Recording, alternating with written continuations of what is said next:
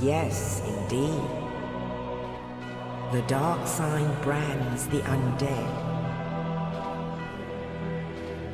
And in this land, the undead are corralled and led to the north, where they are locked away to await the end of the world.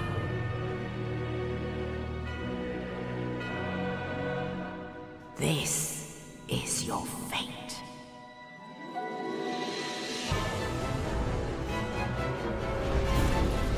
Well, what do we have here?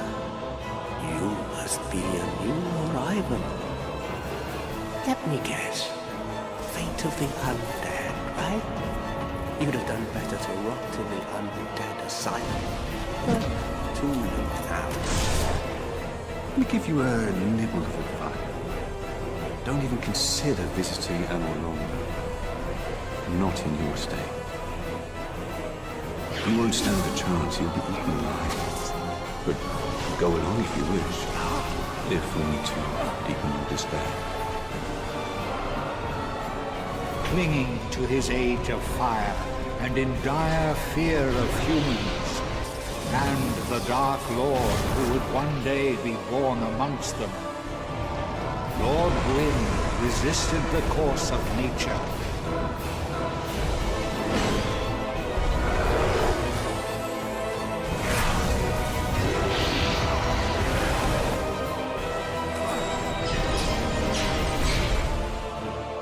So that you may link the fire, cast away the dark, and undo the curse of the undead.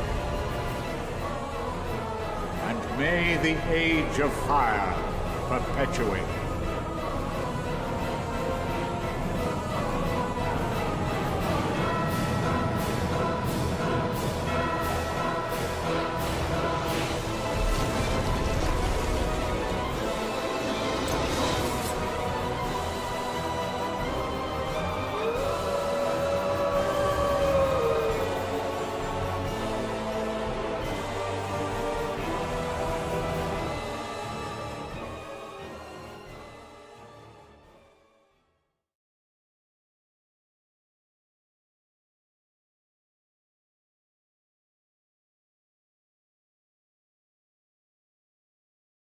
All right, welcome back, everybody, to more Rampancy.net with Narcogen. That's me.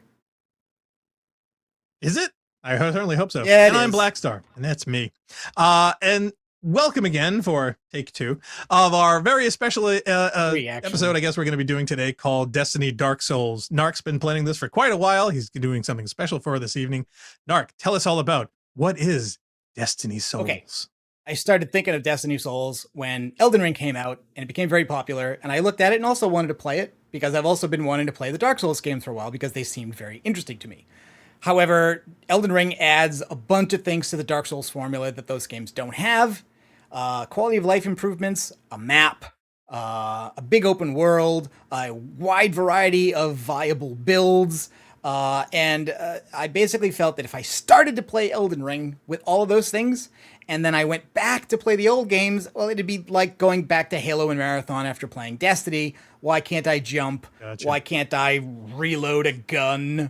Those kinds of things. And I felt my experience playing that would be lesser. I would be less likely to enjoy Dark Souls if I played it after.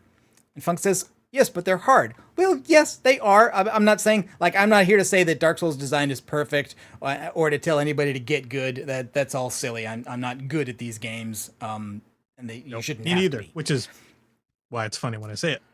But also, when I started to watch people play Dark Souls, and then we were playing Destiny, I kind of noticed some things that were similar. And so the first thing I thought of is that, hey, in addition to the obvious and announced design inspirations, which was, hey, let's take Halo and let's add to it World of Warcraft and Diablo. And we know that people working on the games, working at Bungie, were big fans of players of those two games. But right. Could they also have been influenced by things that Dark Souls did? And so the first thing I did was like, okay, well, when did those games come out? Could that have happened? Was it possible that any of the Souls games influenced the design of Destiny? So, look at this. So, I found actually once I started looking more parallels than I thought there would be. And some of these are going to be kind of cherry picked and some of them are just industry wide trends. But obviously the first one I'm looking at is like, when did Destiny came out? 2014, near the bottom left there. And Dark Souls came out in 2012 and Demon Souls came out in 2009. So 2010, when Reach came out, was when Bungie was finishing up with Halo and starting to work on Destiny. So that tracks, right? At least the first game was out, Demon Souls, and Demon Souls and Dark Souls share a lot of design elements. But then I started looking at some of the other dates and I just found more and more parallels, right? So you go back all the way to the beginning. Bungie's founded in the dorm rooms of Jason Jones and Alexander Seropian in 1990. FromSoft is a few years older. They were founded in 1986, but in 86 they were a maker of productivity software. They didn't make their first game until 94. December 1994, Kingsfield comes out, which is largely looked upon as a kind of a spiritual ancestor of Dark Souls. It's a dungeon crawler and a first-person perspective. And that came out literally within a week of Marathon. Like, coincidence? I think no. Yeah, Marathon came out about a week later, and then Bungie did 3 Marathon games, right? They developed and published Marathon 1 and 2, and then Duality, which was people who left Bungie and formed Double Aught, developed Marathon Infinity, and Bungie published it. And FromSoft actually did a similar thing. They did 3 Kingsfields games, 1 per year, although Kingsfield 2 and 3 tended to come out in the summer. So they're actually spending even less time on it, less than a year for some of those than what Bungie was spending. And then in 1997, they both decide to do something different, not only in terms of a different intellectual property, but a different genre. Bungie switches from first-person sci-fi shooter to a third-person in a myth and magic strategy game. And FromSoft switches from the dungeon crawler to making mech games. They're actually just as well known in this period for their mech IP, which is Armored Core. Now, actually, FromSoft is actually more prolific than Bungie by quite a bit. There are a lot more other games made in these periods than the ones I've listed. But the parallel follows even to the next change, which is that in 2001, Bungie goes back and essentially goes back into sci-fi shooters by making Halo for the Xbox. And that's the same year that FromSoft chooses to make Kingsfield 4 for some reason. So I just found it was interesting that either because of general trends in the industry or changes in technology, with regard to the different IPs and kinds of games that From and Bungie both make, they went through periods where there's a lot of similarity. Did one IP, did 2 sequels, switched to a different genre, switched back and did a game that was like the earlier game but newer, because you can draw the same kind of parallels you do between Kingsfield, Demon Souls, and Dark Souls, and as well as Elden Ring, that you can between Marathon, Halo, and Destiny. My God, so it's a conspiracy. And then I also noticed, starting to play Dark Souls, that there were things that I found that were similar to Destiny, and other things that I say, oh, wow, it seems like they did this thing that's similar, but they could have added something that I like in Dark Souls that they don't do in Destiny. Right. Well, Funk in chat, he says, yeah, I remember the subreddit thinking that they're heavily influenced Destiny design. So, yeah, I would assume that there is probably a lot of either through players and developers or both, because developers are also players. You know, they play their own games and they enjoy them when they can too. There's got to be a lot of cross-pollination of both features and storylines, simply because people get influenced by what they play. People are influenced by what they see and what they hear and what they enjoy.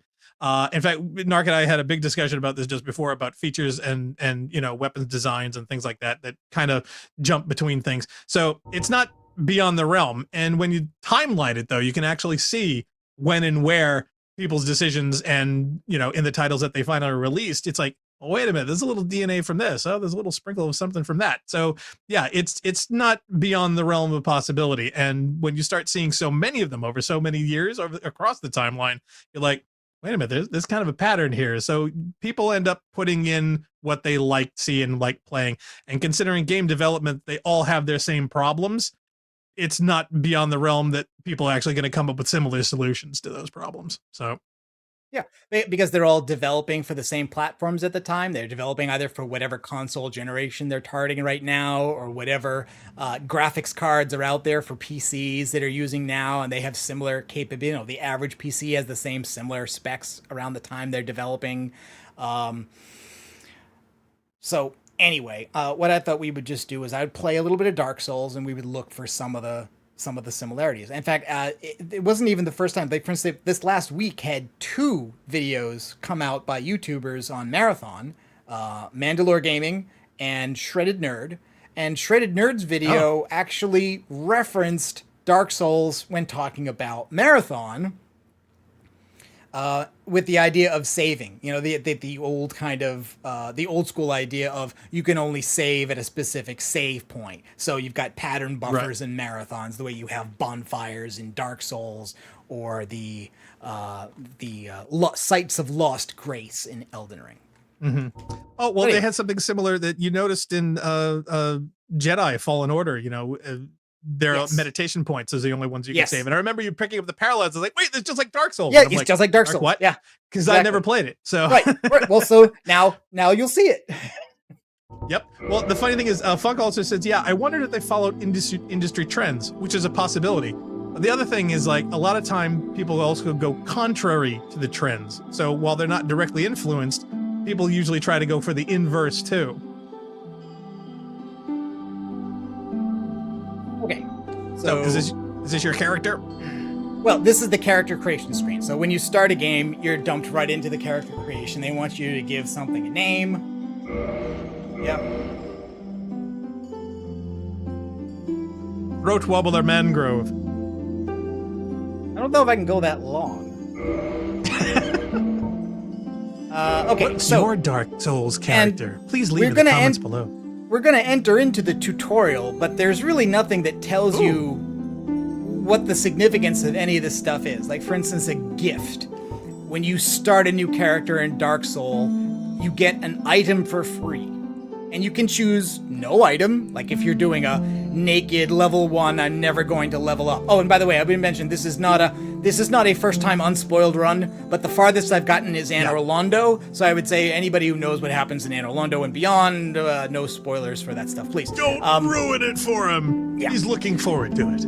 But outside the descriptions, I don't think our high volume of viewers will mess that up. All you'll have to go for are the simple 3-line descriptions on why you'd want this. And some of them are obvious, like, okay, black firebomb, explodes, more deadly than standard bomb. What's a standard bomb? Where do I get them? We don't know. Binoculars, look at faraway objects. And some of these items are accessible at other locations in the game and are really easy to get, and so you'd be kind of wasting your gift to spend it on one of these. This item, called the pendant, says trinket. No effect, but fond memories comfort travelers. Now, I just want to point out here that the community obsessed for years over the idea that this must be a lie. There must be an effect. Really? The players merely had to figure out what it was. People spent hours and hours and hours playing the game with this item equipped, only for the developer to finally say after years, "No, man, we're just kidding. It really has no effect." None whatsoever. It's a fashion statement. Yep. Doesn't give you superpowers. Sorry. Nope. Funk says, yeah, character creation music is banger. My question all the actually music is, in this we're going to get a strike. Well, that's just it. You know, how much are we going to be showing it? We're going to get strike because of it. We should not, no. Now, Master Key is a useful item, although a lot of people say don't take it, especially if you're a new player, because all it's going to do is give you shortcuts to areas too dangerous for you to go. Better go the places the game lets you go than just skip it. It'll show you all the wonderful places you're going to die instantly. Yes, there are some useful things you can do with it. If you know already where you're going, you can get some items earlier. But it's repeat play, not first time play. Twin Humanities. Game doesn't tell you what that is before it asks you whether or not you want one. We'll get to that. They are important, or but why again, you would need one. Don't really need one early. Yeah. What I'm going to pick There's is a lot an of item subsequent things. that I've never used before, and that I know from watching other people's playthroughs that it's useful in one specific place, and I don't know if you can get it anywhere else. I think it's possible, but I don't know where it is, so I'm going to take that. Okay. Let's see. So, what are you going to go? Man, woman, short, tall?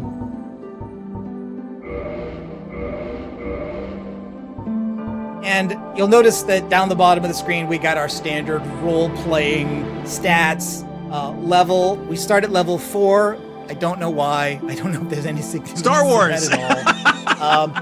That's why we're starting at level 4. Yeah, exactly. Star Sure. Wars. Why not? Why not? Might as well be. Vitality is called Vigor in some of the other games. It's basically reflects hit points you get. Attunement is related to magic. I gotta admit, I know almost nothing about magic in Dark Souls. Really? Because you're more of a melee fighter type knight. The game is focused or? on melee, and kind of like old school D&D, magic builds in the original Dark Souls games are kind of weak, and they get powerful later, but you have to survive to get to that point, and you have to be better at the game than I am to survive as an early magic build. Elden Ring is a little bit better in that early on, you can be pretty powerful, and you can get through a lot of that content with a pure magic build. And there are also things like summoned weapons. So, yeah. Yeah, long-term strategy players, they tend to go for the more magic. Early ones, they tend to go for the knight stuff then, I guess. Yeah. Endurance is about carrying capacity and how quick your combat roll is. In other words, the more you can carry, the more armor you can wear and still roll at a high speed. Otherwise, you'll get slowed down. Right. So it has much more parallels with D&D's intricacies. Yeah. Pumpkin Chat says, yeah, like if I actually knew what the classes were, I wouldn't have picked Hunter. Sure, there you go. Bungie D2 ribbing. Titan main for the win. And class. My box of crayons. So class now, they tell you a little bit, and they do tell you useful information about this. So, for instance, Knight is something that's it's not the default, but it's suggested to a lot of people for the default. A lot of armor, a lot of hit points. Not easily toppled is a reference to a hidden stat in the game called Poise. It's about how easily you get knocked down or stunned, and it's a stat that applies not just to player characters but also to monsters and enemies. And there are ways to buff that as well. This last one called Deprived is basically the level 1 naked run, which is you get nothing, no clothes, a really crappy wooden sword, a club. What is this? The 1 million BC version? Yeah, there's a magic user that focuses on the faith characteristic. There's one that focuses on the intelligence. And then there's one that does fire magic, which is somehow weirdly fundamentally different from all other kinds of magics for a reason that you only know inside the fiction. Reasons. Yep. Pyro. Hunter, I don't know anybody who plays that in this because, again, like, bows in Dark Souls are terrible. They're terrible. The only thing worse than picking a Hunter in Destiny would be picking a Hunter in Dark Souls. Wow. You got to be a masochist. Some of the classes get good starting weapons. Like, for instance, the bandit, the heavy battle axe is a pretty good weapon. Thief is only about critical hits and comes with the master key. But I'm going to go warrior. It's a good all-rounder. You've got some armor, you've got an okay shield, and you've got good strength and dexterity, and there's a wide variety of weapons in the game that scale their damage based on those two things. Weapons also have a sword. Weapons also have requirements in that some weapons may say you need a strength of 20 to wield this weapon, and you just cannot use it unless you have that. Divinity has same limitations. They're all stemming from old school D&D stuff. Yes, and from wherever you start, you can get to almost any kind of build you might want to have. This is mostly that if you already know what kind of build you want to have, start out with that and move forward instead of changing your mind. Okay, so I'm going to go warrior, and we're going to accept that. So we've got Eastern warrior with the witch's ring, and there we go. Yes, we're okay to start the game. Does that mean if you run into a witch, they're going to say, hey, you got my ring? In the age of ancients, the world was unformed, shrouded by fog. A land of grey crags, arch trees, and everlasting dragons.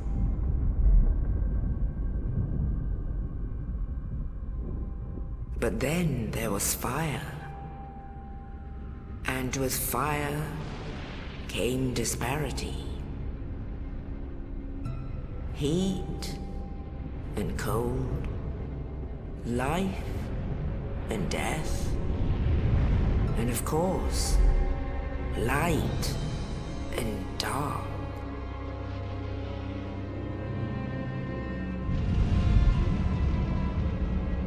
Then from the dark they came and found the souls of lords within the flame.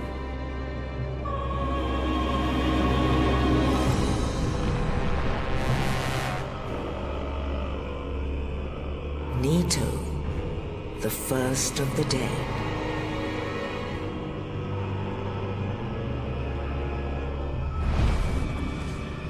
The Witch of Izalith and her daughters of Chaos. Gwyn, the Lord of Sunlight, and his faithful knights. And the furtive pygmy, so easily forgotten.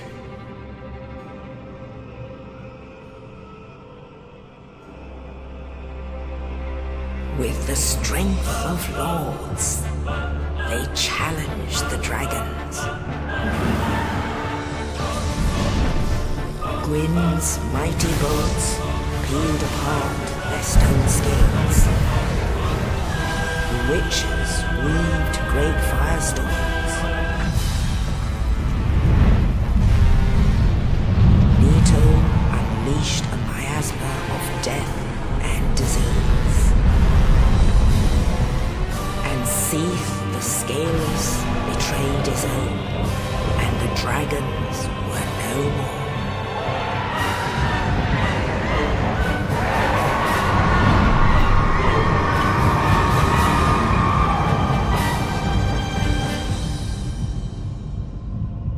Thus began the Age of Fire.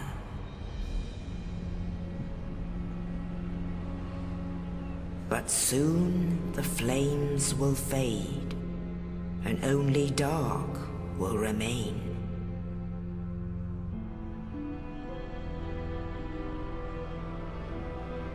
Even now, there are only embers. And man sees not light, but only endless nights. And amongst the living are seen carriers of the accursed dark sign.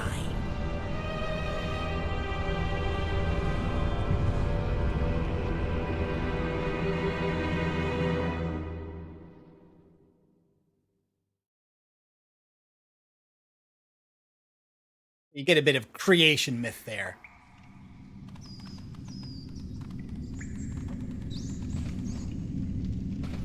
Yes, indeed. The dark sign brands the undead.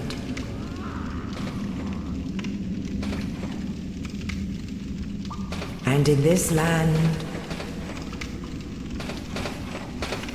the undead are corralled and led to the north.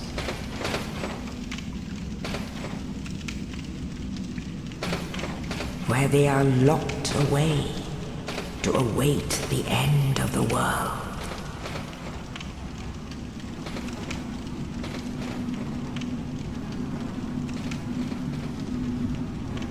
This is your fate.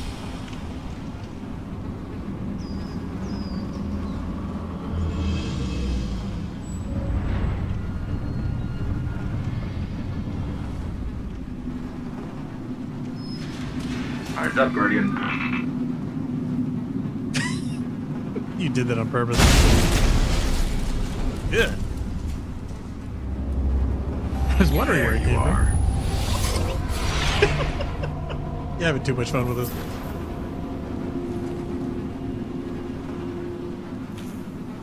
So, wait a minute. Like Divinity, we're going to suck out his soul here?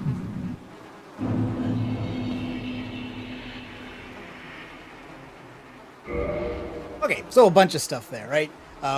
Destiny yeah, they doesn't throw a really... lot at you at a first date. Yeah, they do. And it's you're like, I don't know what any of this stuff means. You're just throwing out names of a bunch of things. Most of those characters are bosses that you're going to have to fight throughout the course of the game.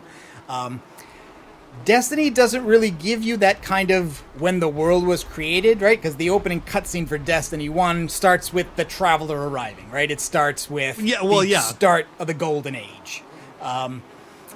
This one covers a bunch of stuff before that never doesn't really become relevant until much later, but then it brings you up more or less to a parallel of the story of the collapse in Destiny 1, right? Destiny is technically a post-apocalyptic story, right?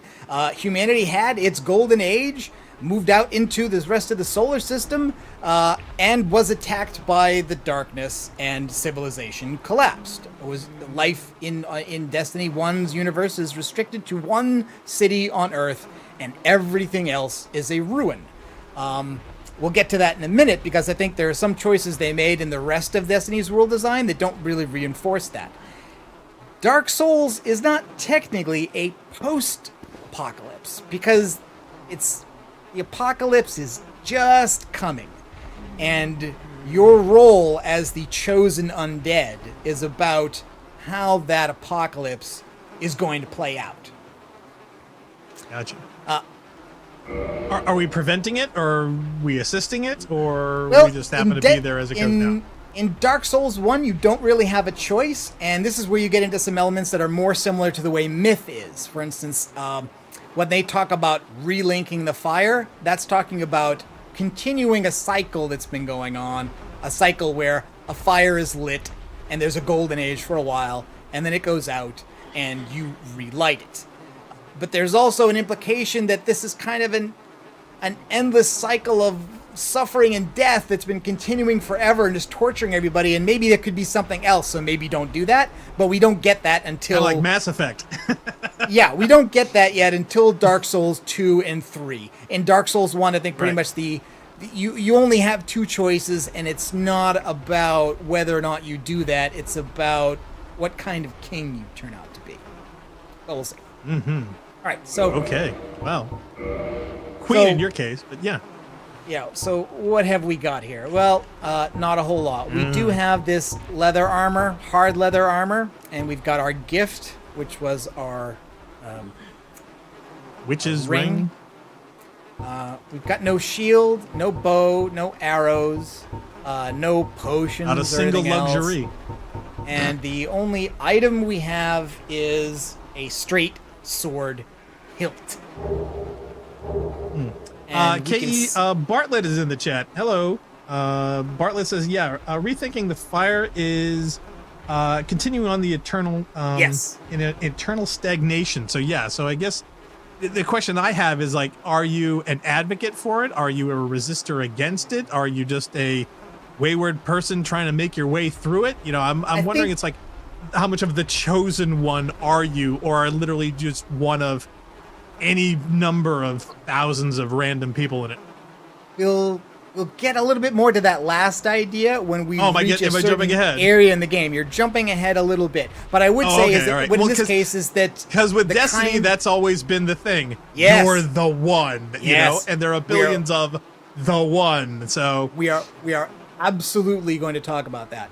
But I would say that when you start a Dark Souls game, what you're told is there's a prophecy. It is about doing this. The world is terrible. You're going to fix it. But it's not really presented to you as a choice. It's something you're expected to do. You're kind of a pawn where, you know, everybody tells you what you should be doing, but they're very short on details about why you should be doing it or what the what the consequences are. Katie Bartlett said, hey, YouTube randomly recommended this. Well, that's great, because I don't think we get that kind of recommendation very often. We never get those. Ever. And Decca's in the chat saying, Souls games, not my cup of tea. Well, that's fine. So you can just watch us talk about it a little bit, and you don't have to play them, because not everybody finds these games fun. That's just welcome, true. Decca. Well, see, and again, I have not played them personally, so I am completely ignorant of a lot of the details that people have experienced with these. Very frustrating thing about this game. I hit the menu button, it brings up this little menu. I can walk my character around the world. I cannot do anything else. So it told me, press the green button to do the thing, but it won't let you do the thing. You've got to dismiss the menu. Okay. Wow, okay. So it's like a VCR. You've got to stop and then rewind. Yes. So the guy above us dropped us the key for the cell so we can get out. We are what they say an undead. We are marked with the sign, the dark sign. What that means is that we literally don't die. So they've already started to explain a game mechanic. We're not gonna go away when we die. Bartlett says, yeah, personally we think the moral choice is, either usurping or ending the flame. Oh, okay. So if that's an option, that's kind of an interesting Yes, it is, choice. but I think you only start to get that option in Dark Souls 2, and you get another choice even then on top of that in Dark Souls 3. And Elden Ring also has a number of different choices of endings depending on which characters you agree with about doing certain things in the game. Gotcha. Question Decca said, yeah, that being said, I like watching other play. Yeah, so he likes others playing them. Me too. This is kind of the end of my journey from being a person who only watches FromSoft games to try and get up to being someone who plays them, or someone who plays them for people to watch. Okay. These things on the ground. Internet. This is going to be a good one. That look like the inscription on the One Ring. In the open world, rods? In the open world with networking game on, this would be a message from another player left there by use of an in-game item. But in this tutorial area, it's a message from the devs. Gotcha. So it's No saying, Man's Sky does that. hey, camera controls on the right stick. Great. Thank you, game. So wait a minute, they incorporated this as a trainer. Yes. I love it. Yeah, this has got a very interesting tutorial in that it simultaneously holds your hand and also tells you nothing. It's really kind of weird. Hold your hands and chops it off all in one go. Okay, right bumper is attack. Not right trigger. Right trigger is a strong attack, and they haven't told us about that yet. So if we want to attack this poor schmo... What? What do you do to you? He's minding his own business, man. That's not cool. Bartlett says, yeah, Elden Ring is a fascinating case. Yeah, that's what kind of, sparked a lot of this thing, was the popularity of that coming out. Yeah. Okay, so now I've got a little number in the bottom right-hand corner of the screen. 20. Those are souls. Souls are the currency of Dark Souls. It's what you use to upgrade your character attributes and your items, your weapons and your armor. That's dark. When you die, that's what you lose. Like in Minecraft. Remember when we played Minecraft before we added the Tombstone mod? In Minecraft, when you die in survival by default, you would just drop all of your items in the game world, and if you did not get back to them in enough time, they would despawn and you would lose them. Dark Souls doesn't do this, just like Destiny doesn't do this. Your items, your armor, and your guns and weapons are not at risk. Once your character has them, you generally speaking can't lose them.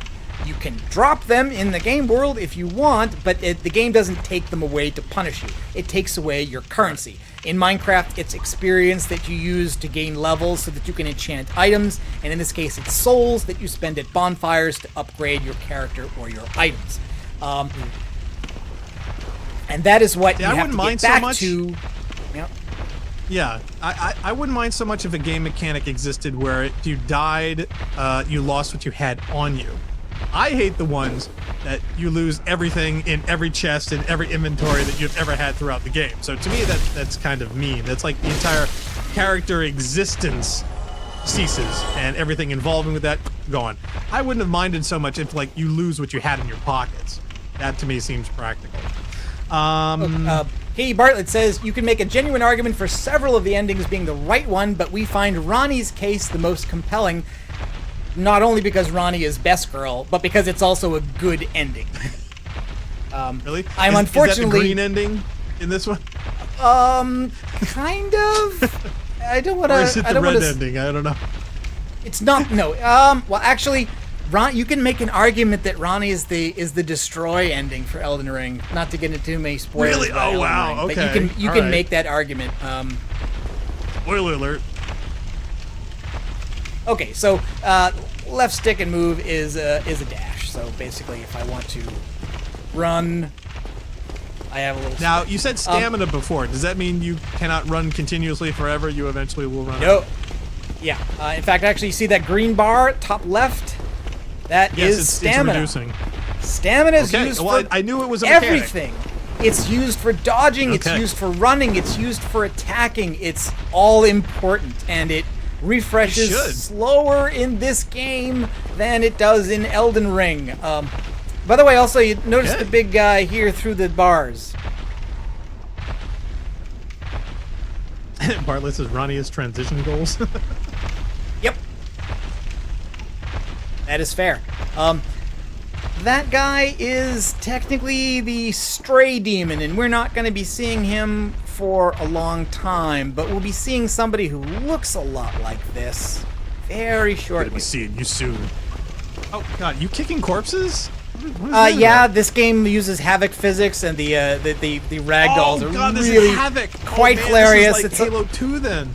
Yeah, or Gears of War, Jeebus. for instance. Oh, Yeah. that's nasty. Well, at Lots least of it's not dripping blood everywhere. Okay, so yeah, we're in dungeon now. We're I assume step 1 is getting out of it. Yes, you're right. Okay, now here's where we get the first introduction of a not unique, but a technique that's a tactic that's specific to this game is target lock. When you press this button, the game picks a target for you, and now you are basically circle strafing around that target instead of moving laterally. And if I unlock, that changes, right? So now I'm walking or running straight. This is how you keep the enemy in sight during a boss fight, and it's generally more useful for fighting individual enemies than for fighting groups. But it also means I that like how if... Go ahead. Yeah, no, go ahead. It basically means if you've locked onto a target and he's within reach, then your attack will hit. So you don't need to necessarily aim the sword, because as you can see, using a thumbstick to aim a sword isn't really any better than using one to aim a gun. So this is kind of its version of aim assist. Okay. Well, you know, it's funny because they did have focus in a couple of other games that I've done before. I'm not generally good with them myself. But no, I was going to notice that I really like the fact that your movement through the water actually seemed very natural. It actually slowed you down immensely. Yes, it does slow you down. And in fact, this is very important because there are fights you have to do or exploration have to be done in areas that have fluid, and there is an in-game item that will remove this slowness effect from this, and it's very important to get. No, see, I kind of like the immersion of it. My question is does it increase or decrease based on water depth? I mean, you could choose to ignore that item and not take it if you so chose. I would find that Chat says, insane. Yeah, I hate target lock. I'm generally not a fan. It's highly circumstantial for me, but generally, yeah, I'm with you. I like flexibility. Question Deca says, yeah, Yahtzee, Zero Punctuation, actually touched on the endings of pretty much all Souls, Bloodborne, Elden Ring games while talking about Salt and Sacrifices. Spoilers or no spoilers. I haven't kept up with I would say Zero Punctuation as much, but I do remember that I would say no Dark spoilers. Souls, when he first did Dark Souls, he hated it. He absolutely hated it. Yeah, I think so. He compared it if I to recall. beating your head against a brick wall, and now Yeah. he claims to be a big fan Repeatedly. of the franchise and loves it.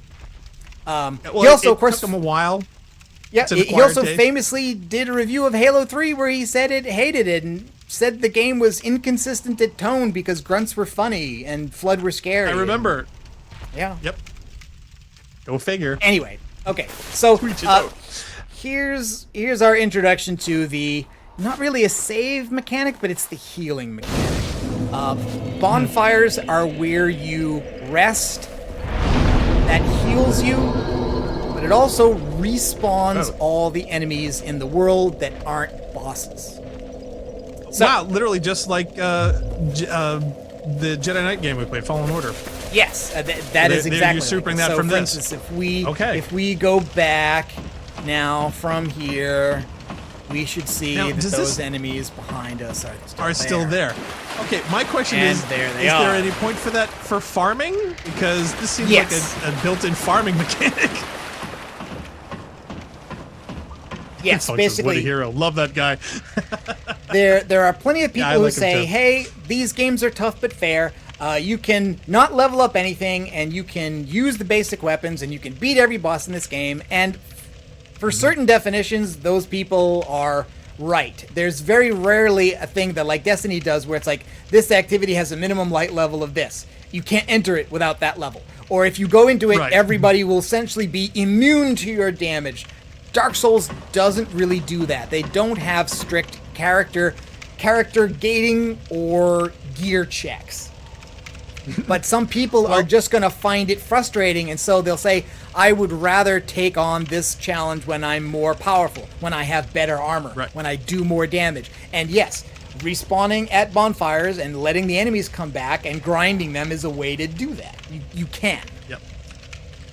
Bartlett says, yeah, Soul games definitely have a learning threshold for being able to enjoy them. Once you're in it, though, they're incredible. Before, they're pain simulators.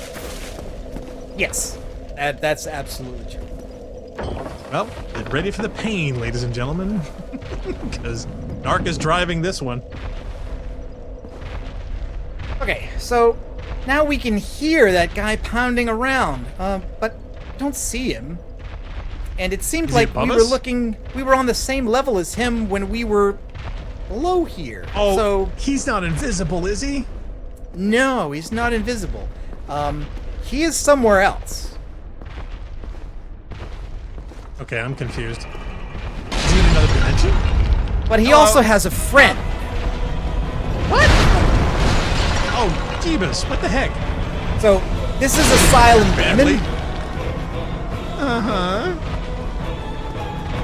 And he's here to teach you that sometimes you just have to run away.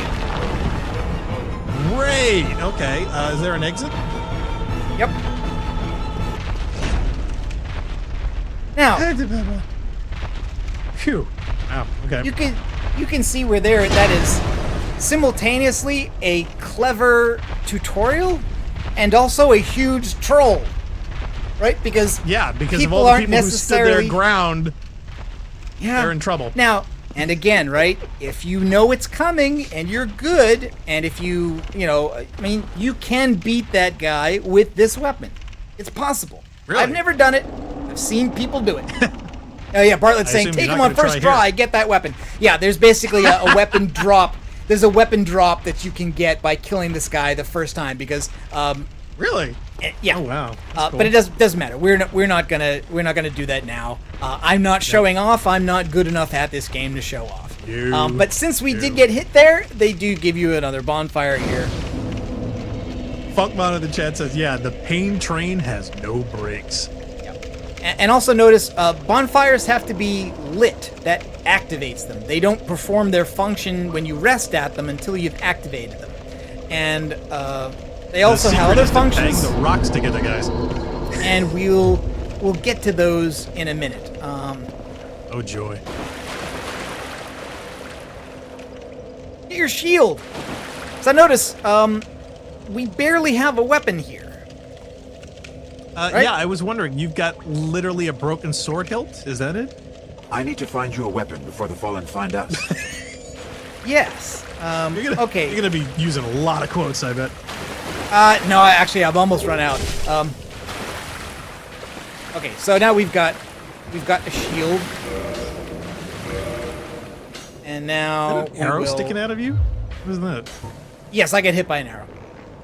Oh, I was wondering. It's like, well, why is that glowing? So now basically what we've got is weapon left and right hand, shield left and right hand. What we can do is that we can go to the other hand and we can put in this shield.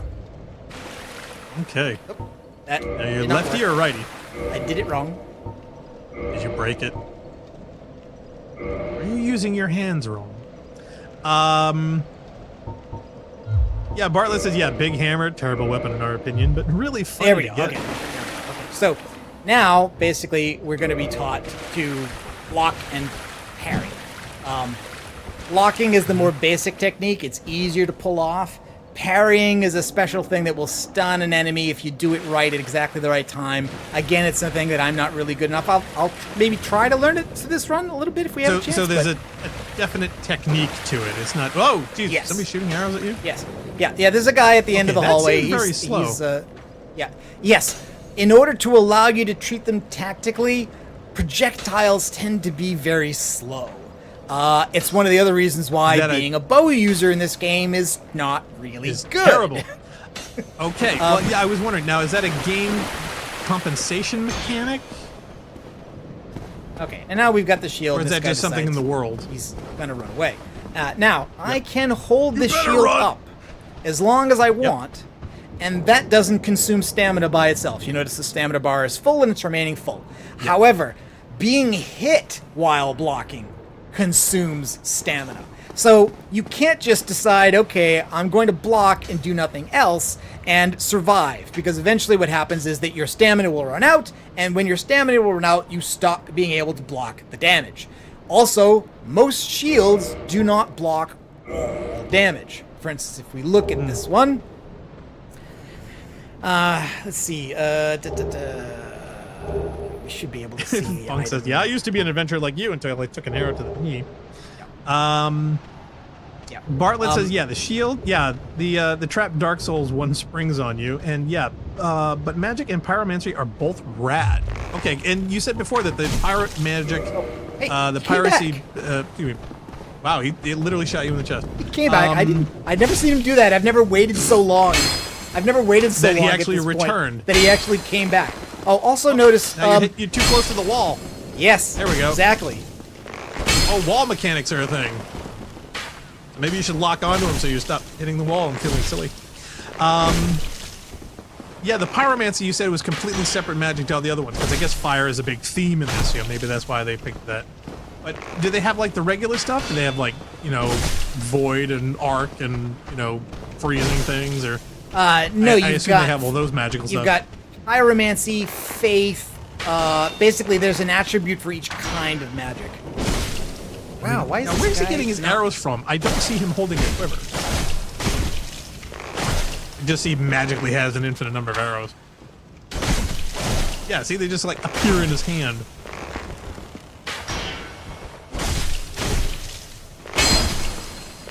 I want to cut away to a clock that says a few hours later. I don't know why this guy's taking so long to kill. I don't remember him being this tough. Is he invincible?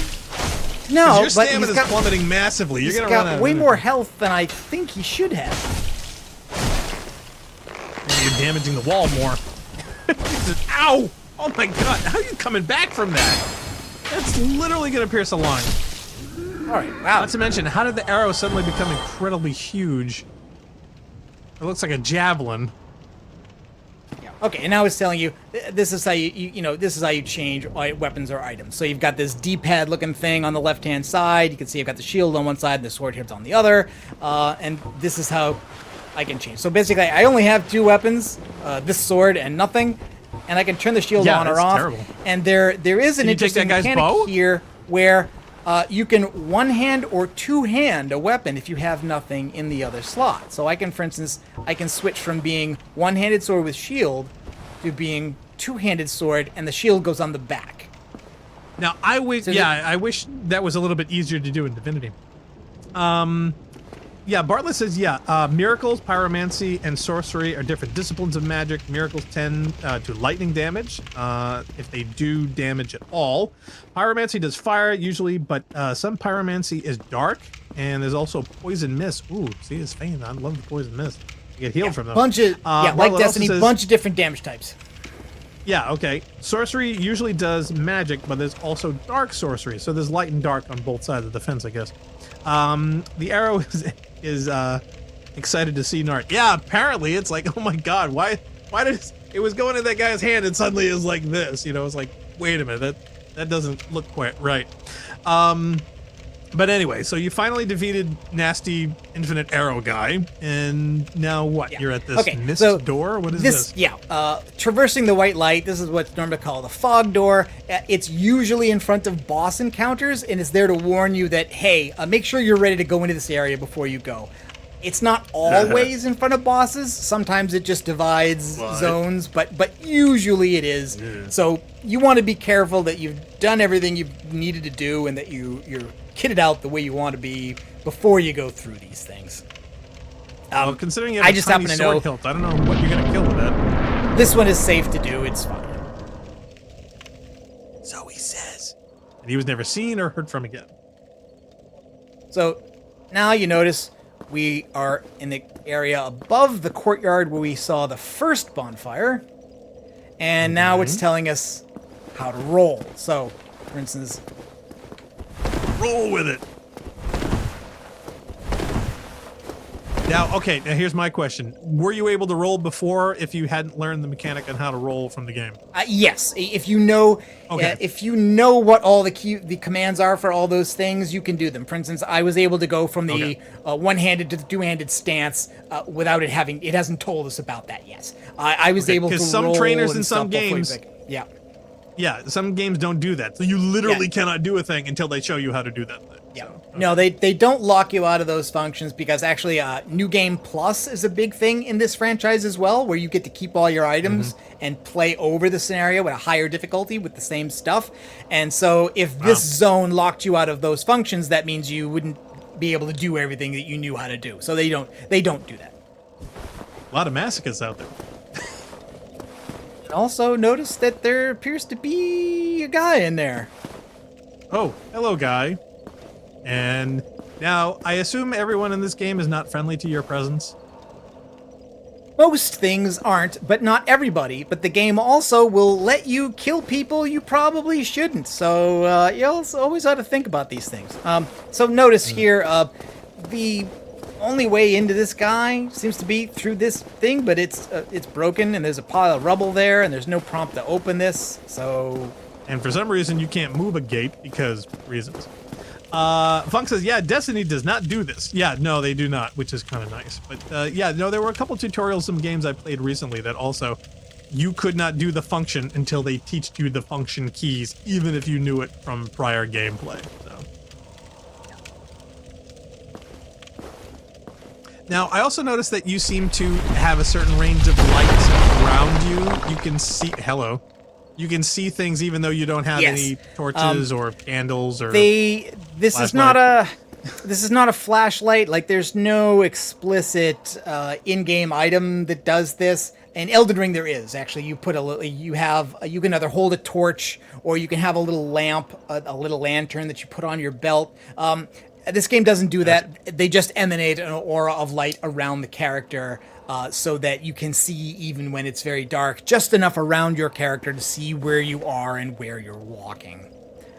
It's useful. Bartlett says you can kill everyone in Dark Souls 2. Apparently, there's a secret boss and quest line if you do exactly that. Oh, wow. Yeah. You shouldn't kill everyone, though. I don't think we'll get to it today, but there's actually an in-game character in that if you've started a fight with an NPC that you didn't want to, and you haven't killed them, you can go and pay for forgiveness to put that NPC back to being non-aggressive. But if you've killed them, usually that's it. You can't pay them. Yeah, they're just dead. Okay, Please forgive me. Take my bag Let's go in and say now you notice this thing with, again, people would consider a troll. I knew that was there. I rolled out of the way. It came in here and opened up this wall. But again, if you didn't know that was there, it wouldn't have killed me, but it probably would have made you feel bad because it would be like, oh man, that's not fair. And it's not fair. I mean, yeah, you could look up there and see the ball, but it was not very prominent, and there was no indication that there's no tripwire here. There wasn't any way to avoid that other than knowing about it. Right, so you had to have seen Raiders of the Lost Ark. Yeah, Funk says, Dark Souls Genocide Run. Yeah. Okay, so you remember what Destiny started to do in Beyond Light. You started vaguely to be able to a lot of alcohol to, since then. NPCs. You could, for instance, go down to that camp at the bottom of Europa, and sometimes Eris would be there, and sometimes the stranger would be there, and the stranger would be there. And you could press A once to have them say one thing, and sometimes you could press it again, and they would say something else. That mechanic's almost did that in Dreaming City. Yeah. That mechanic is almost directly ripped from that game. You don't get traditional Fallout-style dialogue trees with multiple selections here. What you get are just prompts. You do the prompt once and a character says something, you press the button again until they've exhausted all their replies. Sometimes you get a yes or no choice, but you don't get trees. Oh, you. You're no hollow. Thank goodness. I'm done for, I'm afraid. I'll die soon, then lose my sanity. I wish to ask something of you. You and I, we're both undead. Hear me out, will you? So here we go. And we have a yes-no choice. It's kind of a silly one, because unless you've played the game before and you know exactly what all that stuff he said meant, there's not really much reason to hit no unless you want to skip something. But it lets you know occasionally you get to make choices. Maybe that's why it's there for subsequent players who are like, no, I don't need to hear your dialogue yet again. Yep. And he's also introduced another concept. He said, you're no hollow, which is kind of weird because technically speaking right now, from the game's perception, we actually are hollowed. Hollowing is a thing that happens to you when you've died in the game. When you die in the game, you respawn at the last bonfire you rested at, but you lose what they call your humanity. This is a mechanic that affects a number of different things in the game, that in terms of like your ability to do things like kindle bonfires, which increase their ability to refuel your healing items. In some of the games, being hollowed actually reduces your maximum HP, although I think that's only Dark Souls 2. But anyway, that's what being hollow means. And he basically says that's what's going to happen to him. He's going to die, he's going to go hollow, and he's going to lose his mind. And most of the enemies, especially all those enemies that we met up to now, they are hollowed. They're hollows. He's going to be one of them. So you could come back and have to kill him because he's in a hallway with an arrow and tries to kill you for no readily apparent reason. In my family, jump on ahead again. Thou art undead art chosen, and thine exodus from the undead asylum maketh pilgrimage to the land of ancient lords. When thou ringeth the bell of awakening, the fate of the undead thou shalt know. Well, now you know, and I can die with hope in my heart. Oh, one more thing. Here, take this. He's giving you a kitten? An Estus flask, an undead favorite. Oh. Actually, I was going to say, can I strip your armor and shield? Now I must bid farewell. I would hate to harm you after death. So go now, and thank you.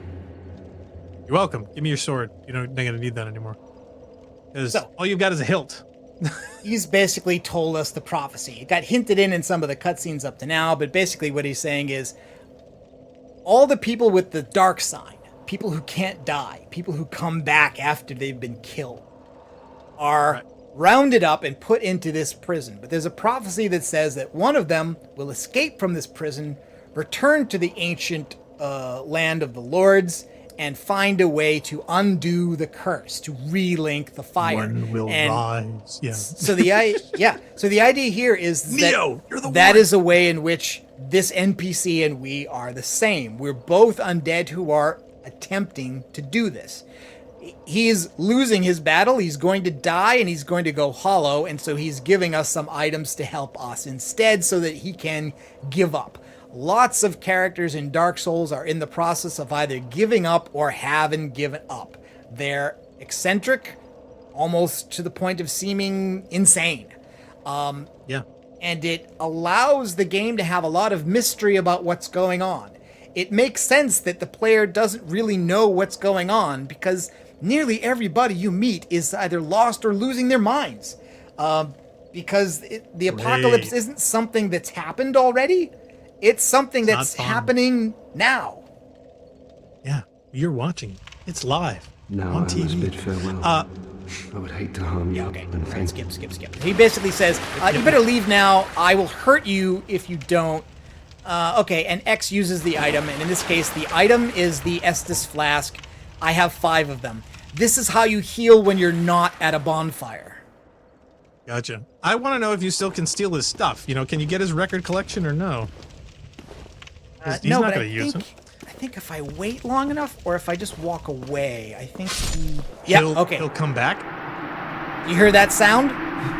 Yes. That's the honking sound noise. that things make in Dark Souls when they die. And in fact, he is now gone, and our souls total went up. So we actually received the currency from that guy dying, the same as if we had killed him. Wow. Okay. Funk in the game says, yeah, I thought when you died in the game, you died in real life. For some players, they have. That's what happens when you play too long. Oh, all right, look at you. Bartlett says, yeah, it's like those guardians that go mad over time from not really being either alive or dead, lore-wise. Decay of flesh mirrors decay of mind. Yes. Good to know. Important concept. Or as we suppose, though hollowing isn't reversible with a rest. No, so yeah, exactly. If You you're have to hollowed, use- you can't rest and get better. You can rest and get better, but you can't kindle a bonfire. So notice, for instance, our Estus Flask here has 5 charges. That's the standard amount. You can get more from a bonfire. In other words, when you use an item in the field, here I'll just use this. This heals us, and now my charges go down to 4. Another important thing in the game: shortcuts. For instance, we just came down around, opened this door, and we're now in the courtyard. We were above a moment above. I can now rest at this bonfire. That recharges my Estus Flask back to 5. If I wanted this bonfire, okay, so that's refillable. Yes, it's refillable. This is the key See, I to was how afraid all it was of this works. Okay, all right. Yeah, no, I feel like better. if you couldn't do that, the game would hardly be playable. But even 5 is not enough in a lot of cases, so you can get more. The way you get more is by kindling a bonfire to make it give you more charges for your Estus Flask. This is one of the things that the humanity item is used for, in that when I'm in this state, when I'm hollowed, I cannot kindle a bonfire. I need to have humanity. And if you look in the top left, next to the health bar and the stamina bar, there's this double 0. That is my level of humanity. I have none. I'm hollow. You can have more humanity than 1, but if you have 0, there are things the game simply won't let you do. Wonder how many humanity I have. Bartlett says, yeah, degenerative exomind rejection happens to be very into the lore of both games. Oh, cool. Well, it's funny because usually Question Deca has been an excellent shadow of 99% of our gameplay and has been tremendously helpful on many occasions. It would also be very helpful to have a Sherpa-esque lore master such as yourself on these particular expeditions, because I am not a player myself. Narc has, and on many occasions, which is why he's demoing this. But for me, getting a little bit more of the details is definitely a plus.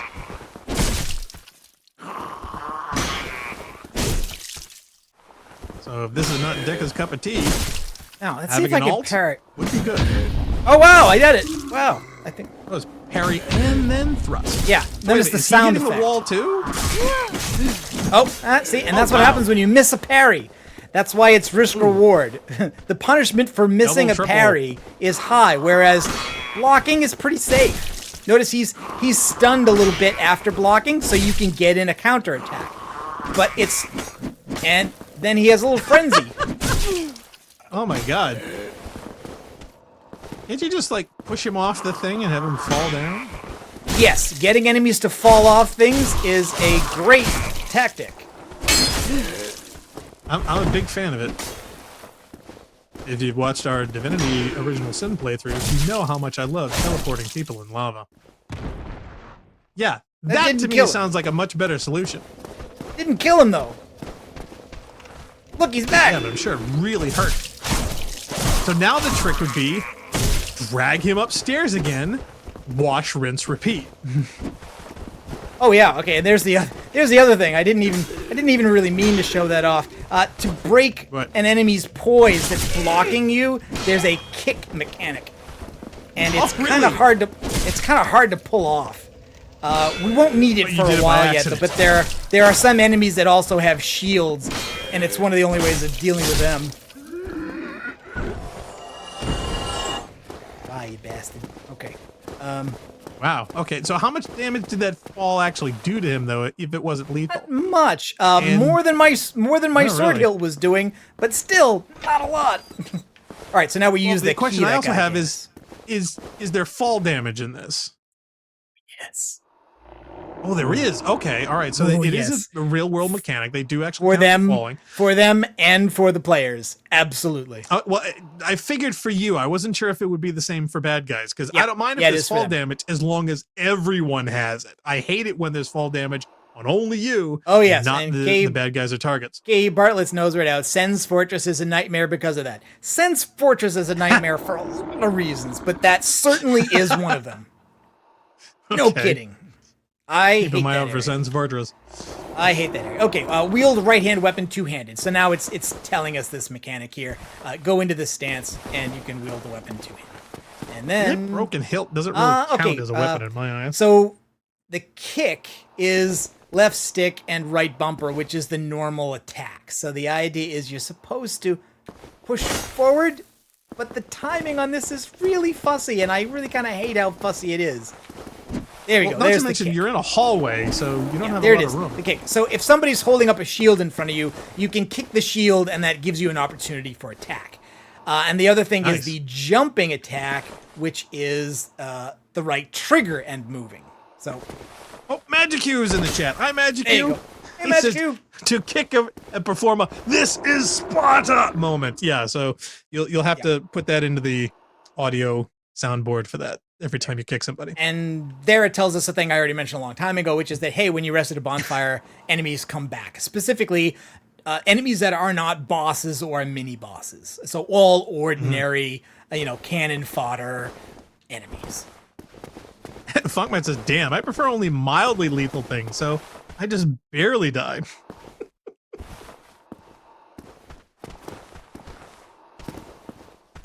He's suffering a slight case of death. Oh yeah, okay, can you... Yeah. He's not happy. Yeah, can you yeet him? Can you kick him off this tower here? I think that's too high. I don't think we can do that. Oh, does he have a buddy? I thought I saw somebody around the corner. Yeah, he does. There's a buddy around the corner. Oh, crap. Okay, so now we're learning fighting two of these at once. Yes, crowd control. Also notice there's input queuing in this game. You can't just seamlessly cancel out of a thing you've chosen to do. Animations start, and you get to do another thing when they end. You can't stop it. Oh, I'm not a fan of that. Magic U says, yeah, hey guys, I finally got a day off. Oh, that's awesome. Thank you for spending it with us. And also, buttons you mash while you're trying to wait for an animation to end that you've already done, get queued up and get executed in the order in which you gave them. Oh, great. So in other words, if you go bashing mutton crazy, it's actually going to do it in the order you mash those buttons. Yes. The number of times you mash them in. That includes healing. So, if you decide to start the healing animation... Can you close the door on one of those guys, and then you can just deal with one of them at a time? I don't think I can close that. Okay, well, I would try to yeet one of these guys off the top of this thing, because at least you can deal with one at a time. Because you're down to like 50% of health here. And one of them isn't even damaged, so... Yep, this Dark Souls playthrough may come rather quickly to an end, ladies and gentlemen. Even two enemies whose attack sequences are not synchronized can be a big problem. Well, it looks to me like it is an incredible problem. Because it's never safe to do anything where one enemy can attack you. Now, are they faster than you walking-wise? I was just thinking if you could, like, funnel them someplace where you get the advantage. Oh, jeez! Oh, wow, is that considered a backstab? That looked really painful. No, backstabs usually have a custom animation. Follow me. Yeah, they are. Oh, they're definitely following you. I don't think they're gonna let you go, dude. Now, can you, just lock them behind a grate and say, nyeh, nyeh, nyeh, nyeh, nyeh. Can you close that?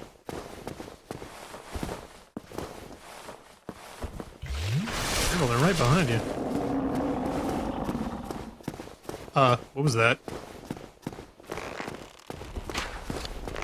Oh, geez, another one. Great, now you got 3. Now you got an arrow guy and these 2 guys, and they're gonna come up behind you and kill you. Oh, Magic, you asked, can they hurt each other if you line them up in the hallway? Yeah, that's what I was wondering. If you could bottleneck these guys. I believe they can, yes. Okay, good to know. At least you could yeet one of these guys. Oh, can you cheat by going through the fog door? Yeah, but there is this time there is a boss fight behind it, so I really don't want to do that. Oh. And there's another guy in this room next to me. You're not even leveled up against these guys. I can't imagine a boss at this stage with that stupid hilt. Owie. I'm beginning to think I missed a weapon. I thought I'd picked up a full sword before now, but maybe it's in the next room. No, you got a hilt, man. Hilt. No, I'm wondering if I missed a pickup. Oh, here we go. Hello. Oh, yeah, you're gonna die. Oh, roll out of the way. It's not happening. Oh, jeez, he's going frenzy. Yeah, you are seconds from death. No, I've died. Sorry. I died in the tutorial. I knew it. I had a feeling it was gonna happen. All right. Well, as he refreshes, do you think this is a good time for a break real quick? Yeah, we could do that. Yeah, that might be a good idea. Would be fine. Okay, so for those just tuning in, you're watching the Rampancy.net playthrough of Destiny Souls, a landmark presentation of the parallels between Destiny and Dark Souls games while Dark Souls gameplay. So we're going to be taking a short break, and we'll be right back after this.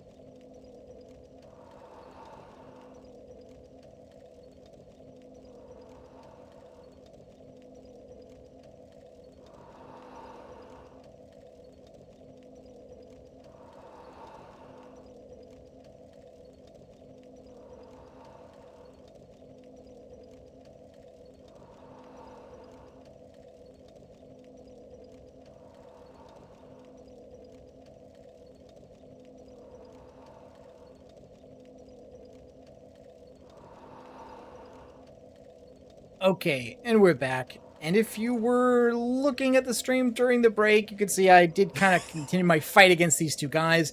I did have one death. I've put that up on the counter.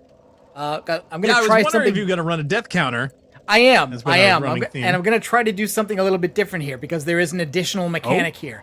Although you cannot lose items like weapons and armor, you can, lose the currency you use to do upgrades, which is souls. Souls you get from killing enemies. Gotcha. So when I died, all the souls that we had earned up until this point dropped on the ground in the world at that location. And if I die again before returning to that location to pick them up, they're just gone. So I've put that up here in the at risk. So we've got 3 counters here. At risk, lost, and deaths. So I've died one. I gotta admit, I didn't verify the number of souls there on the death screen, but basically, if I died here, then I would lose the ones I had before, and then 80 would be at risk. I believe the number I had when I died was 200. I should be able to verify that when I go and pick them up, assuming I managed to do that without dying a second time. But we'll see if we can do this. I tried to come up with a way of automating this and didn't find a good way to do it because basically, like, once you die, all the souls you had are at risk, and if you die again, they go to lost. But if you recover them, then risk goes to 0, but it should keep track over time of loss. So I think I'm just going to try to do it manually. Another incentive to not die. Probably best. Also, you notice now, if you look at the Estus flask there, it's a dark green, and it has no numbers on it. That's because I've used it 5 times. It cannot heal me anymore. However, if you press the button, the animation still plays. Wow. And you are So vulnerable. if you do it by accident. Yes. And if you cue that action up, if you roll and say, "Oh, I'm gonna die," and let's roll and then heal, he'll drink as soon as he comes up, and then you will die because you didn't get any healing. Audio cue, and you couldn't avoid the attack. Denied. Now I'm almost dead. Again. Yes, again. You were almost dead before. Now, still haven't defeat killed those these two guys? No, I did not. This hilt is such a crappy weapon. I think these guys have just totally should have gotten the knight's sword to their spawn point. Oh man! And running through that fog is not going to help if you're doing, boss battle with that guy because your sword hilt is nothing. Is there no other place to get another weapon? You can't even take these guys' weapons, can you? Parry roll. Just heads up in chat. I'm dead. Well, let's start the break. Okay, so Jeebus. You die. So again. Let's assume the lost now goes to 200. That's kind of a guess, and at risk is now what I just had on me, which was 80. Wow. And the death counter goes up. Casualty. By 1. Casualty. Okay, so just in lieu of chat. Oh, Jail's like, hey guys, what the deal are you doing? Destiny Souls? Yes, we're doing a little parallelism here. Hold on. All those enemies respawned as well. Oh joy! So even if you had defeated them just before the end here, you'd now have to deal with them again. Yes. Magic is casualty. Deca says, a play of Dark Souls and a discussion of themes similar and desperate. Desperate? Between it and Destiny. So it's so many different things in not only game development but also gameplay, mechanics, design, environments, all the different things that you look at surfacely, and unless you go a little bit deeper, it's like, well, wait a minute, I remember seeing this in here, I remember seeing it there. So Narc had this really, really interesting list of all these different things between the 2 titles that he wanted to explore, and that's what we've been doing while he's playing. So kind of a challenge. somewhat disturbing, and I've never played it, so this is all new to me. So we're kind of exploring it that way. Also in chat, yeah, System of Starlight is just the other account of Bartlett. So this one, I guess, was more convenient to use. So I guess we'll use that name for him. Okay, what else? Oh, okay, see that? Okay, did you see that motion there? I blocked when I had no stamina left, and it knocked me back and staggered me. That's what happens when you try to block while you're running out of stamina. Notice each one of these attacks doesn't take much off my stamina bar, but if I don't have any left because I've been using it for attacking, then you can't use it for blocking either. I would dump him off and, yeah, deal with the next guy. Okay, it's not as easy as you think. Yeah, he's dead now. I didn't say it was easy. I'm just saying tactically to disparage the encounters, or at least spread them out. The green puddle ahead here, this is my lost souls. And if I recover it, I get back. So now, what that means basically is that this 80 that's at risk comes back. Oh, okay. I have those back. My total is now 100. If I die, those 100 go to at risk. If I die a second time, those 100 get added to lost. God, so much math. Jail says, yeah, I think this might be a harder game than Destiny. Oh, we know. And yeah, we're having fun exploring all those increased difficulties. It's harder at the beginning, I think. And I think actually I may have chosen a harder than I wanted to starting class with Warrior because of the hilt. Because I know that the bandit definitely gets an axe, I think. System of Starlight, I'm not missing something down the corridors. Did I miss a sword pickup? Or I think you either get a weapon for killing the boss, and I think you get one for killing a guy in this next room. But I got to get through this first. I think you mentioned the hammer, but again, I don't know if that would be apropos to your particular guy. I just think if you could figure out a way to deal with these one at a time, you'd be much better off. So if you can bottleneck them, and Bloodborne, for instance, Bloodborne has a mechanic that lets you do that. It gives you a pebble you can pick up and throw, and so if a bunch of enemies are around a corner and you want to aggro just one of them, you throw a rock at them, and then they activate and come to you. And so that way you don't have to face everybody at once. Also, the class that gets a black firebomb would get you an explosive device you could throw, and that's good for like small groups of enemy in a tight space. Yeah, which, you know, you're in. Jail says, yeah, that makes sense, because I couldn't get past the opening bits. That's okay. Neither did Narc. We're already dealing with 2 deaths, and we haven't got through the tutorial. Question Deca says, yeah, I think you might have missed something up the other stair, but it's probably gone now. Yeah, do items disappear after an extended period of time or after deaths?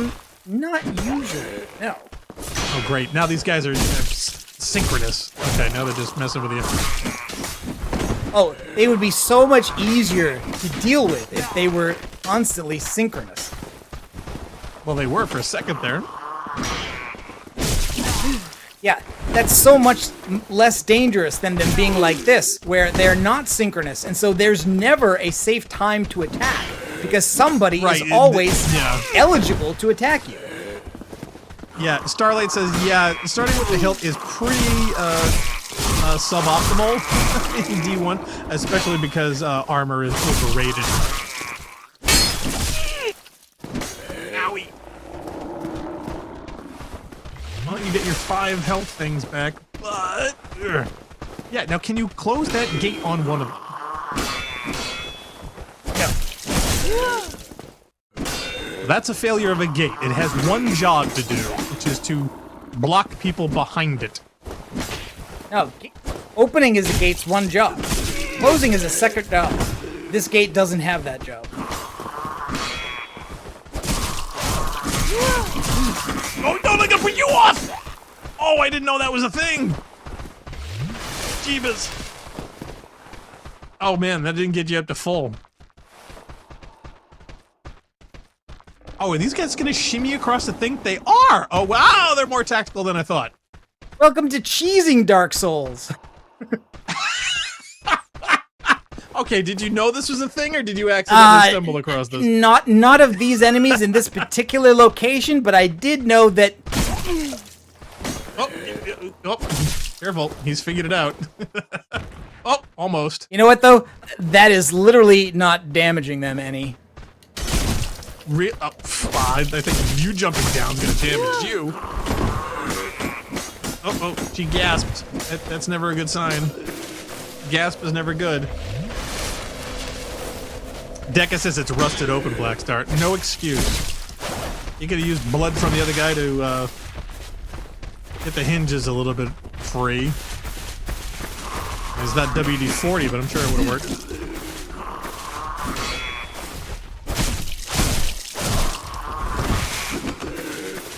Yeah, Starlight says, yeah, the armor being over, yeah, take that with a grain of salt, though, because our general strategy with Souls games is magic, quick, weapons, and dodging.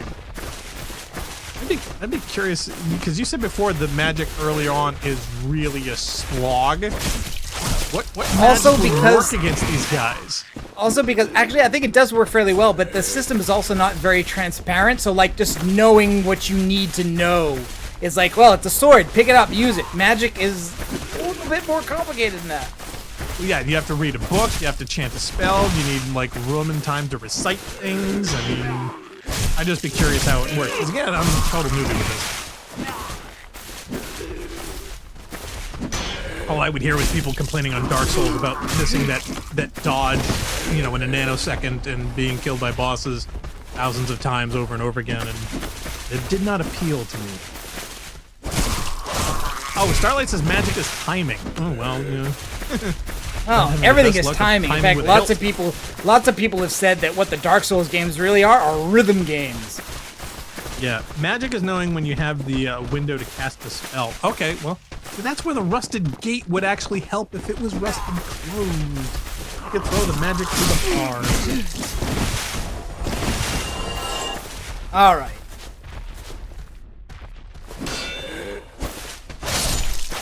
Did that arrow guy come all the way down too, or is it just these two? No, I think the arrow guy is still up here, but at least now I don't have two to deal with. Now, of course, I can rest here and get back my healing, but if I do that, those guys come back. So, no point in doing it. Let's not do that again. Yeah, let's not. I need a weapon before I can do any of that. I need to find your weapon before the Fallen find us.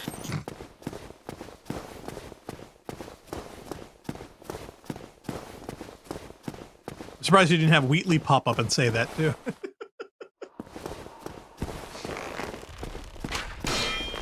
Excuse me, pardon me. Can we just bypass this guy? There's another guy behind him. If I do that, then I'll have him trying to shoot me in the back while I'm trying to fight the next one. I thought this was the last one before you get to go through the door. No, if I remember correctly, that's a good shot, boy. You just put that arrow right into the wall. Good on you. Oh, Deca says another thing from Souls games, safety is an illusion. Oh, yeah. You are never I really safe. want you to come this way, because I don't want to... If I push him into that room, then I would have to fight both of them. I want this guy to come after me, but he would rather plink at me with arrows, so that's not great for me. I love how you can casually dodge those mid-air, which is pretty much the opposite of what arrows are. True, but you know what, though? If projectiles in Souls games were faster, like, the game would be unplayable. I mean... Well, see, that's just it. I'm wondering if somebody's made, like, a real arrow speed mod, you know? Figured out how fast they really travel over distance and incorporate that in the game. Damn, that would be cool. He's getting further away. He's trying to range me. You bastard. Well, of course, he's a ranged weapon. To be honest, you should be able to outpower him by being up close, by getting up with that hilt and cutting his head off or something. There's another guy in that room to the left who I think has a shield, and so I really don't want any part of fighting two of them at once. No, I can see where that would be a problem. Magic use, yeah, so can we play some pop Japanese music to these battles? We could if there's some license-free stuff. I've been actually watching a lot of Ghost of the Shell lately, listening to the soundtrack. Yeah, see, there's a guy back there with a spear and a shield. Wow, and he's just like hanging back watching. Oh, no, I spoke too soon. Oh God, gee, oh, you seriously almost, oh man. Between the arrow and that sword, that's the weapon you should be carrying, man. All right, well, at least you're drawing the sword guy out. The bad news is well, he's got a sword. Oh my God, a big ass shield too. He is skeleton? He is, that'd be cool. Oh man, you're barely denting this guy. Jeebus.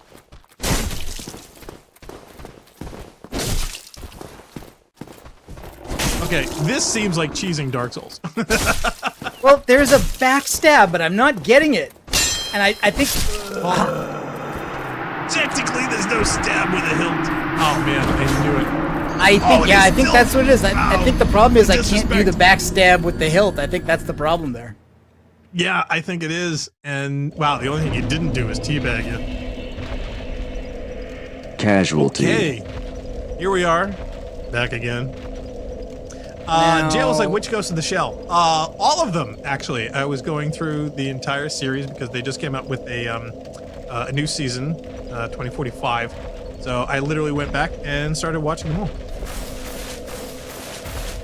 Deca says, I don't think backstabs are a thing in the series. Oh no, they totally are. Mixing that up? They totally are. Are they? In fact, okay. I believe the tutorial item in that last room I didn't get in yet, the message I didn't get to read, is a message about backstabbing, because that's one of the things it wants you to do to that guy. Well, wait. Before, oh darn, I was going to say, before we engage, is there like any place that we could explore for another weapon around that we hadn't exhausted yet? No, winning these fights is the only way. I could start over with a different character and get a better starting weapon. That kind of defeats the whole point of I'm gonna go with the warrior. It's the most well-rounded. I don't know. He seems, or she in this case seems a little hindered. Totally should have stole that other guy's sword, though. Why you can't makes no sense to me. See, it's the little practical things about games that irk me more than anything. It's like they don't treat what you run into as like a physical object. And that was always my thing about Destiny, where it's like we're always trying to get these dumb rolls of these dumb guns. It's like, excuse me, I have a gun. Let's get the parts I need for the gun to make the gun a better gun. And that's why I like some of the mechanics in what's the games that you like? Hold a blank. Which? It's the one that has tons of mods in it, whatnot. You know, the post-apocalyptic one. Fallout. Like, is it Fallout? Fallout. Yes. Yeah. Fallout, you can pretty much mod whatever you want in any weapon at any time. Yes. Okay, I don't need that. But why can't we get a mix of the two? Why can't the gunsmith, I don't know, what's the word I'm looking for? Oh, right, smith guns.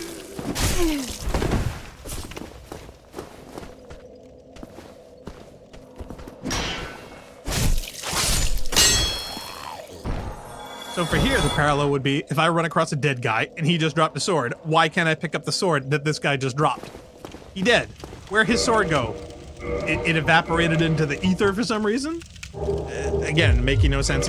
So, yeah. I mean, it could be a crappy sword, but at least it would be there. I thought for a second that, like, what I did was that, like, I skipped a pickup. But then I ran back during the break and say, no, I didn't find any other items or any open doors. And I thought maybe there was just a thing like, after you get the shield, there it is. God damn it.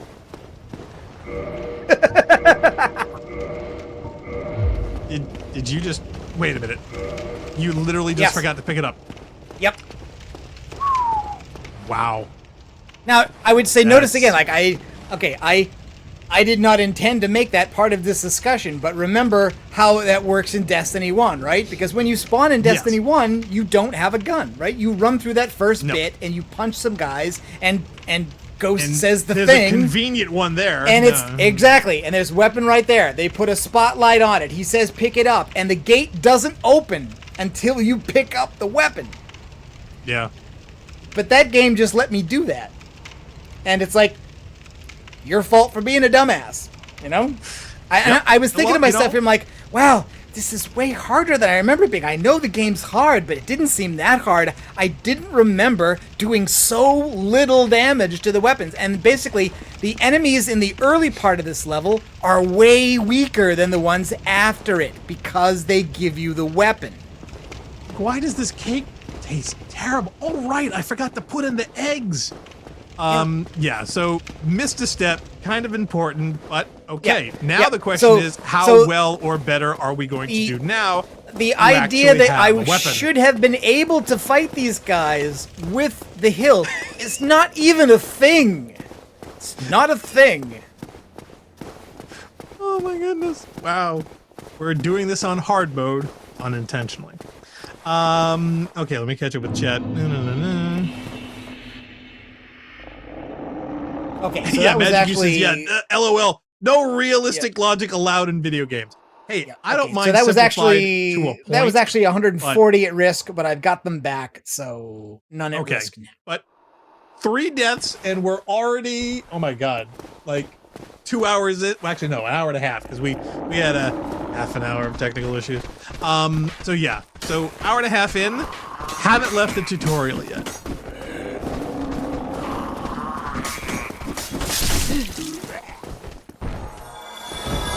One hit. One hit. I love it. So, important safety tip. Thanks, Egon. Yep. When during the tutorial, don't use the hilt. One strong hit with the two-handed stance on the sword, and he was dead. Because that's how swords work. Yeah, 89 damage, not 3. Okay.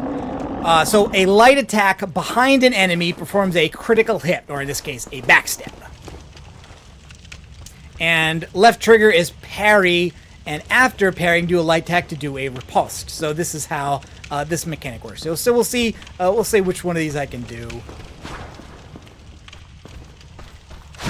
Oh, come on. Neither, apparently. Ow. Well, it's literally, yeah, your health is almost gone. Oh, wow. He's much better with the sword. Yeah, this, I gotta admit, I don't... Casualty. I don't normally try to parry. Okay, so that puts 220 at risk.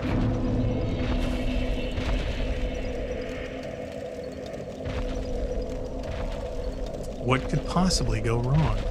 So now, is this a two-handed sword which you can only swing two-handed? Is that it? No, it's a stance. I can do shield and one-handed sword like this. Okay, or well, I can hit a guy, button. I definitely would have kept the shield up. True, but I was trying to parry. Oh, actually, you know what? That's why it didn't work. You need to have the shield on to parry. Oops. Question Deca says, Soul games allow the logic of let the player screw themselves. Totally. In fact, we encourage it. I'm surprised that's not on the box.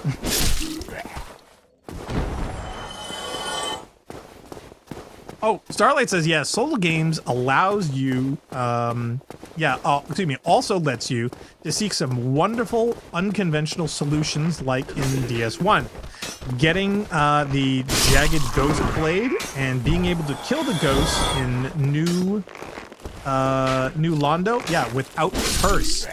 So apparently there are some unconventional user-found techniques that allow a lot of variation in those encounters, and that to me is kind of nice. You know, it's approaching solutions, or excuse me, approaching problems with different solutions is always interesting because it keeps repeat gameplay up. All right, so I am not going to try to parry this guy. I'm going to go for the backstab instead. Let's not be fancy. Let's just get it done.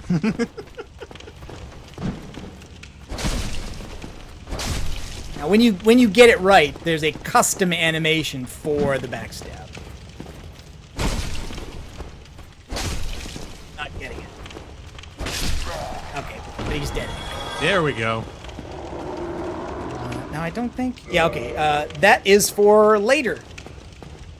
What, the locked gate? We worked so hard to get here. Yes. How can that be for later? Okay. Oh, they want you to go through this. Yes, they do. A light attack while falling is a plunging attack, so that's kind of like a backstab. It's basically a critical hit. It does, again, it's more damage on an attack than normally you would get. Okay. Now, through this fog door is a boss fight, if I'm not mistaken. Yep. In fact, oh boy. Oh, hey, thanks, Chris Baker. Thanks for the follow. Oh, Chris Baker sub. Thank you, Chris. And also, System of Starlight followed earlier. Let me see if I can get that. Oh, thank you. Oh, that's awesome. There we go. Yes. Woot. All right. I think Magic you said junk. I hope that was your stomach. Yep. So the guy we... Whoa, whoa, whoa, whoa! You said falling was a thing. Now you're falling on this guy. On his horns. Wow. He's got some junk in the trunk. And he flies? Okay, yeah, this... Yeah, he's got wings. He's got cute little wings. Yeah, but they're tiny little things. And I'm sorry, he's got a lot of junk in the trunk.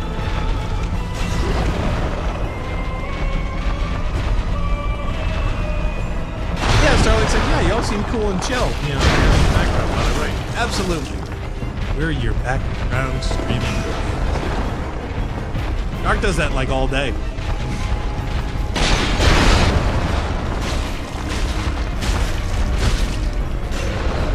The kneecaps.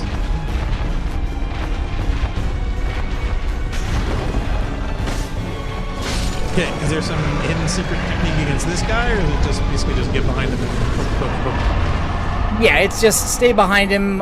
He has an attack you can bait him into doing, which is like a ground pound that he'll do if you get too far away, and that's easy to punish because he takes a while to recover when he does that, so that you can then move in and punish. Okay. A lot of the gameplay in this game is patience. It is baiting an enemy into an attack, letting that attack go into a bit where the enemy has to recover before they can do another attack, and then attacking in that window, which they call punishing. So you wait and see which of the attacks an enemy does they can chain into another attack immediately, and which one causes them to pause, and you can punish the pause. So what it's giving me now is it's giving me the key that's going to get us out of here, and it's given us humanity, which is the thing you use to kindle a bonfire. We don't need to do that yet. We'll do it later. Okay, so what's that pounding noise, that rhythmic pounding I'm hearing? Pounding is the other demon we saw earlier. Oh, the other one, his buddy. The one that looks like the one we just killed, but is not him. I wonder where he is. Yeah, Starlight says, yeah, he can be thick. Magic Q says, you know, huff the magic death dragon. No, I think it's a little early for dragons. I hope we don't run into any soon. I'm sure if we do, we're gonna die rapidly. Wait a minute. Sorry, just had to. No, don't tell me. Don't tell me. Oh my god. This is gonna be terrible, I know it.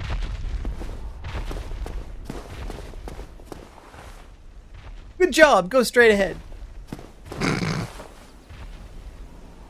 Quick, you'll need some protection. Take this kitten. Now I think actually at this point there's nothing else to do here. There are no items. We will return to this location eventually, but I don't think there's anything to do here now. Yeah, actually we will. Oh, there's lots of things to do, but mostly involve dying horribly. Why are we walking to a cliff? Precipice? Oh god, are you gonna run into a dragon? We aren't safe here. I have to get In the ancient legends, it is stated that one day an undead shall be chosen. What the F? To leave the undead asylum in pilgrimage to the land of the ancient lords. Lordran. We aren't safe here. I have to get you to the city. It's a terrible name. Lord Lordran. Like naming your car.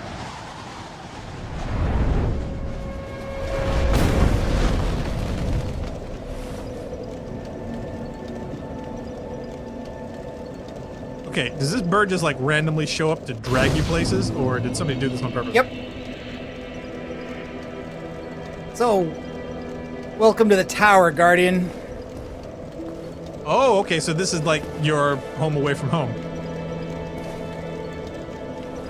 You rested the bonfire. Does that mean the bird brings you again? No, if we want the bird to do something with us again, we literally have to climb to where he is and pretend to be an egg. Wow, that doesn't make any sense, but okay. Okay, so basically, that area of the world is separate. This is now the main play area, and this is your social space, so to speak, your safe area, the area where most of the time you won't be attacked. And it centers on this. Magic, you said safety was an illusion. It is an illusion because eventually you can be. I'm sorry, attacked Deca said here. that. Okay. So you'll now notice that my Estus flask, when I rested here, is not 5 charges; it's now 10. That's because this bonfire is kindled. So you can do that to other bonfires in the world, so they can give you more than 5 charges. Cool. There's also some items. Okay, and there's humanity, 3 of them. So now I've got a bunch. I look into my inventory. I can see what I've got. Got 4 humanity. And interesting enough, this thing that was the prophecy about being a chosen undead, called the Dark Sign, is also an in-game item. It basically allows you to escape to a bonfire, but at the cost of your humanity and souls. Eventually, we may get another. I believe it costs you 1 humanity and all your souls, so it's kind of like dying without dying. And elsewhere in the game, you can pick up an item that's called a Homeward Bone that will allow you to escape a location without losing your souls. Okay, cool. Starlight says, so it lets you kill yourself, basically. GL says, you guys in VMix or Mumble? Yeah, no, actually, no, we're not. We're doing this with NDI.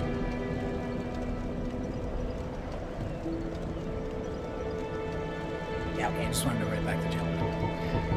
So that's what we've got. And this other item is called a Black Separation Crystal. It says, banish phantoms, return home. There's a mechanic in this game where multiplayer PvP is done by invading someone else's world. Invasions in Dark Souls happen when you have humanity. If you've died and you don't restore your humanity, you can't kindle bonfires, but you also can't be invaded. Okay. Starlight also know what gift did you pick? We picked the Witch's Ring, apparently. The Witch's Ring, yeah, because I'm hoping eventually to get to an area where that item will be useful, and I thought that the key, with the Master Key, which normally I would take, wouldn't really be necessary.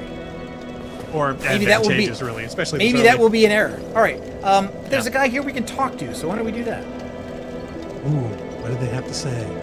Well, what do we have here? You must be a new arrival. Let me guess. Fate of the undead, right? Well, you're not the first. But there's no celebration here. You'd have done better to rot in the undead asylum. But too late now. Well, since you're here, let me help you out. There are actually 2 bells of awakening. One's up above in the undead church. The other is far, far below, in the ruins at the base of Blight Town. Ring them both, and something happened. Brilliant, right? Not much to go on, but I have a feeling that won't stop you. So, off you go. It is why you came, isn't it? To this accursed land of the undead? Yes, to ring bells. So he's, I don't think this character has a name. I think he's just called like the Downtrodden Knight or the Downcast Knight. He's a person who also came here supposedly to do this prophesied mission and has given up. He's not going out anymore to try to do this. He stays here. But this is all he does. There are worse places. He probably just had the hilt too. Yeah, and this is where I wanted to bring up where you were asking about the tower and about how things were different. Like what happens when you finish the Destiny tutorial is that even though it's a post-apocalyptic world, you're brought to a very civilized area, right? There's the tower, there's the city, there are people living there, there are other guardians like you, and there are people to lead you and tell you what's going on, right? They can joke all they want about how the Exo Stranger says they don't have time to explain, but the Vanguard tell you lots of stuff. They give you missions. Right. They tell you to go places. There's a vendor there who sells you guns. There is an operating civilization. the world of Dark Souls is a world that it may not have ended yet, but it's in the process of doing it, and everybody here who is sane at all is holding on to that sanity by the skin of their teeth.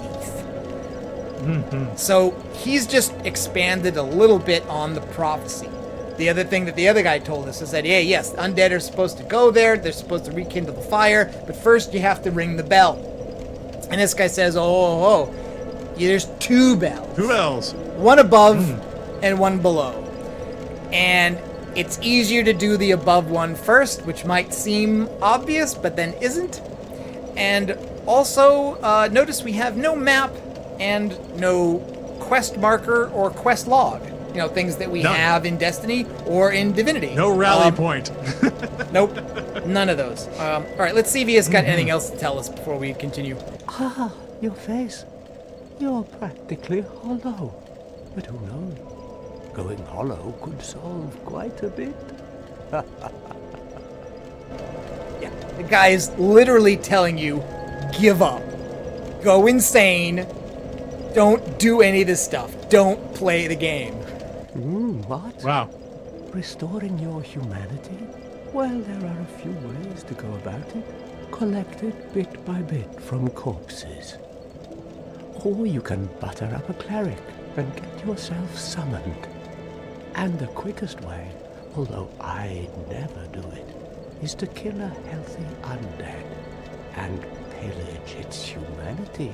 Coveting thy neighbor is only human, after all. Okay, so he's just told us now how you get the in-game item that reverses this status so that you can kindle bonfires and do various other things. Sometimes enemies will drop it when you kill them. You can get it that way. You can also participate in PvP. You can literally invade other players while they're playing this seemingly single-player game, and when you kill them, humanity is what they drop. You literally farm other players for items. Wow, it's got a grief mechanic built in. Yes, it does. Wow. Hey, right into the recipe. Yeesh. Jail says, yeah, I hate prophecies. You know, writer just looks at the end, you know, throws in a middle and calls it clever. Starlight says, yeah, the world of Souls games is one in entropic decay. Entropic decay, yeah. Good old entropy. It's always breaking down. Let's see if he's got anything else. Yeah, Deca says, yeah, the player's always diving into the heart of the end. Anything clever.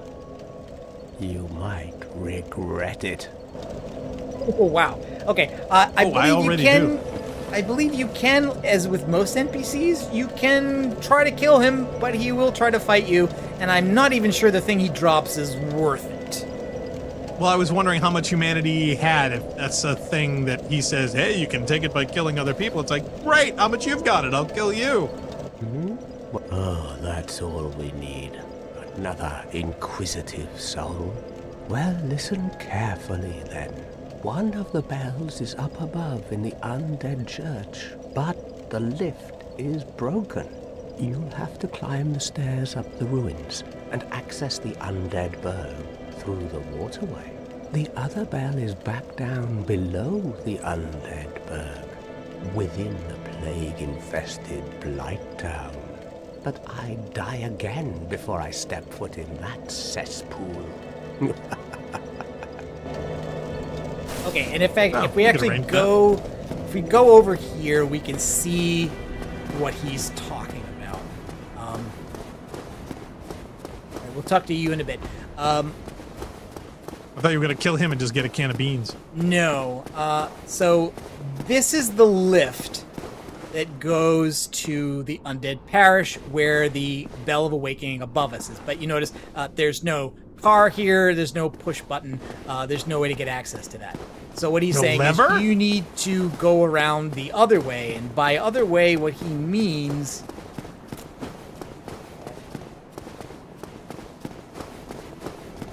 is that long stairway there. That stairway going up in that direction up to that bridge. That's basically an aqueduct that goes into the fortified city that is above us. Dark Souls 1 is where these stairs go. deeply Go up. interconnected, and a lot of the game progress is done by opening up shortcuts that let you back to earlier areas. Now, my question is, does anybody get pitched off the top and land down at your feet while you're going this way? Okay. There are a number of items elsewhere in the level as well, and usually, like again, you see down the bottom right, my souls. Those are souls you can lose. There are also souls you can get that are inventory items that are basically like stored value. It's like a gift card sort of. So this is Soul of an Undead. Use it to acquire the souls. It's basically like like activating a gift card. So this is an item that I won't lose if I die, but it's worth souls. So the idea is hold on to them until you need them to either buy a thing or do an upgrade, because you won't lose this when you die. Whereas once I use it to consume it, that will be removed from my inventory and my total of soul items will go up, but those I can lose if I die. Great. Now, just a curious graphics-wise, is this the default lighting for the game? This is the remastered version, which I think came out in 2017, I want to say. Okay. I was just curious at the white point, because it does seem very bright. I just didn't know if this was normal. Again, I haven't played this myself, so I couldn't tell. I don't have any basis of comparison. I do have the brightness up pretty high. I was going to ask. But mostly because for a game called Dark Souls, it seems a little bright. Some of the areas are basically too dark to be playable if you don't turn them up, and also I've got these lights on in front of me that make it hard to see the screen if the screen isn't bright. So, yeah. I was just curious. We'll hello. Get to you. We'll get to you. Is he a cleric that you need to butter up? Do you have to get the butter first? I believe he is a cleric. A lot of these characters have groups, factions that they can invite you into that have benefits, things you can buy from them. I'm sure. Yes. But there also are a number of items around here. The bird. It's the bird. You can hear. Is he flying around? See the nest up there and see the bird? Oh, wow. Hello. Yes. Okie dokie. Good to know. Does he end up pecking somebody to death? I don't think so. I think all the thing he does is that if you go up there, okay, so there are some fire bombs. So now if I notice, I can assign an item that I can use to a locale for a that I will throw. So I can say now. Gotcha. Put fire bombs. And you're doing this all in controller. You're not doing keyboard, correct? Nope. No keyboard. Just controller. Cool. Now, did they always have controller support, or was that added? I think that was added because this game originally came out for consoles. This is originally a PlayStation Xbox game. I played this first on the Xbox 360. It only came out for PC later. Gotcha. Well, see, I wasn't sure about the timing, and this being the PC version and whatnot, sometimes the support is not greatest or the implementation is not. In fact, there's a Star Wars game that I'm trying to get the controller dialed into what I like based on other ones, and have yet to achieve that. So I'm obviously doing something wrong, or it could be that their controller support is marginal at best. And Decca's like, shiny, warm. Oh yeah, Decca's quoting a character we haven't seen yet, although seen may be the wrong word to use, given that they're basically invisible.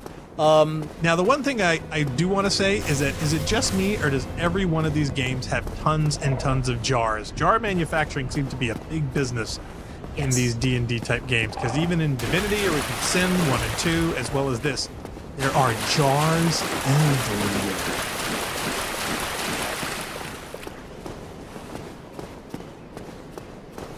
And those things are not light, so people lug those everywhere you're going. That's a lot of work.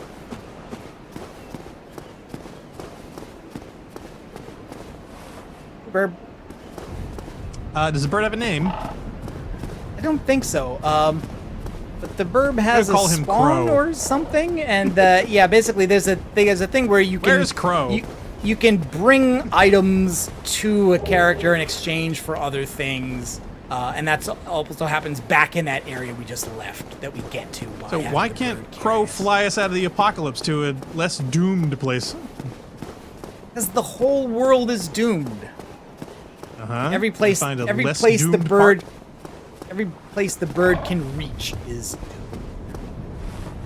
Oh, good. Time to go find another dimension then. Now, yeah. This might look like an interesting place. There are some shiny items to grab. But this is basically a trap. And I gotta admit, the first time I played it, I got sucked into this trap because I presumed from other games that skeletons are low-level enemies, right? I mean, they're some of the first enemies. No. That's Starlight says, Skellyman time! So yeah, this is gonna be bad. Now, are you at a save point where you can demo them, or nope, they're coming up right behind you. Wow. What's really funny is I think they're really, really cool, because if you remember, like Jason and the Argonauts, you know, the old school stop motion graphic animation with skeleton characters, I adored those as a kid. I found them terrifying and so cool to watch. So getting a chance to see some more, you know, Harry Houseman style graphics and animations with skeleton warriors is a joy to me. This is cool. However, I think Nark's gonna die. A lot.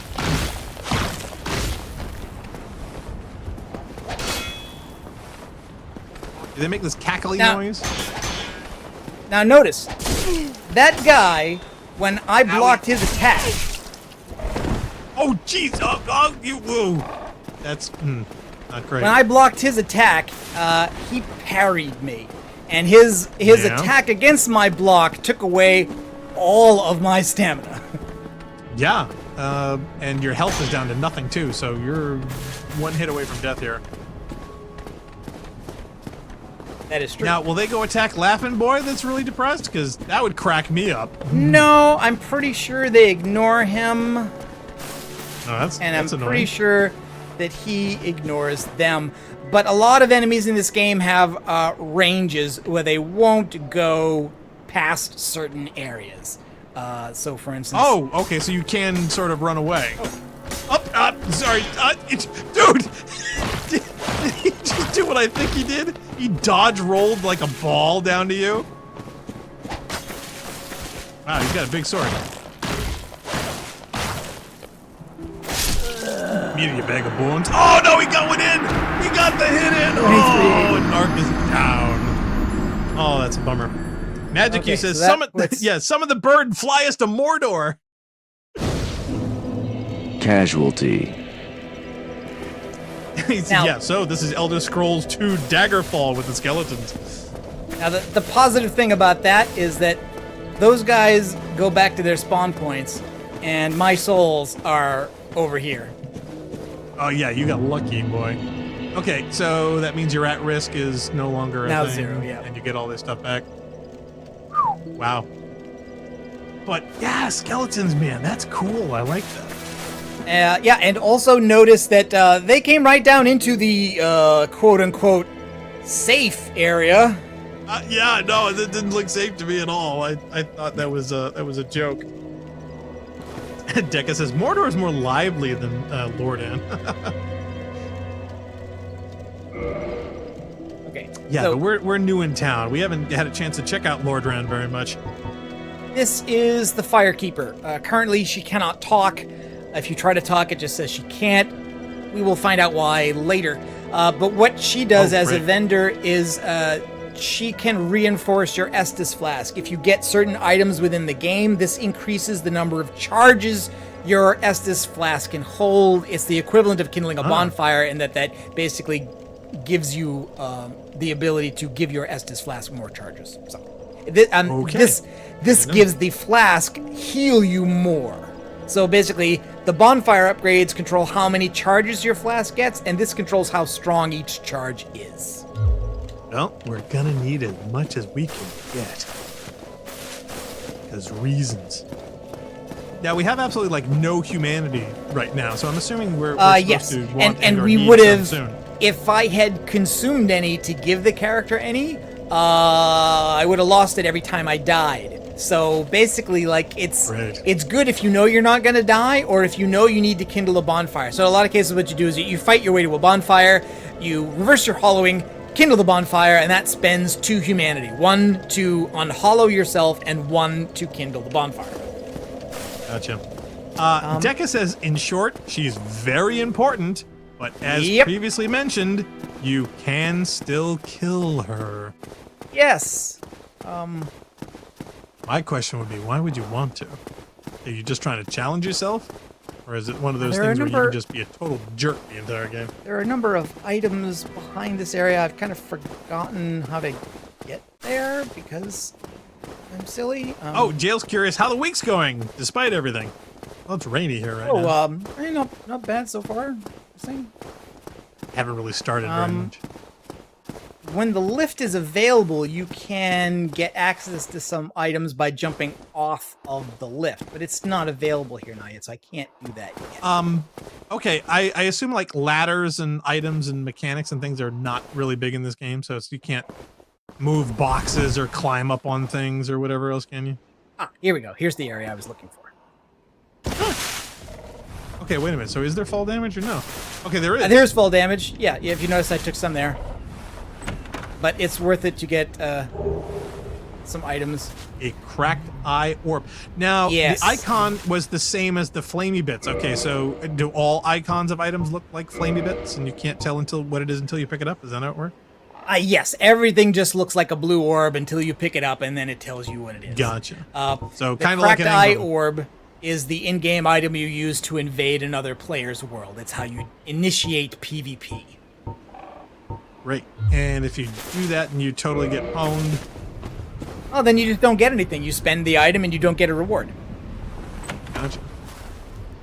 Okay, but the blue flames are basically engrams. You don't know what they are until you pick them up, and fortunately you don't have to bring it back to the tower to find out what it is. Exactly. Here, Bungie, so that's a thing. So now we've got a couple of other weapons. So we've got a blunt weapon, we've got a Morning Star, and a thing called a Talisman.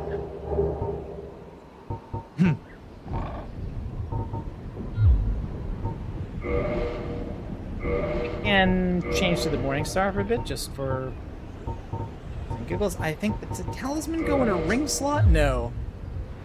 Yeah, the Starlight says, the Dark Souls devs want you to be able to ruin your playthrough. Oh, yes, absolutely. Yeah, Dekka quotes, one of the, quote, endings. That's why everything can die. Including us. Starlight says, the Talisman is used for casting miracles.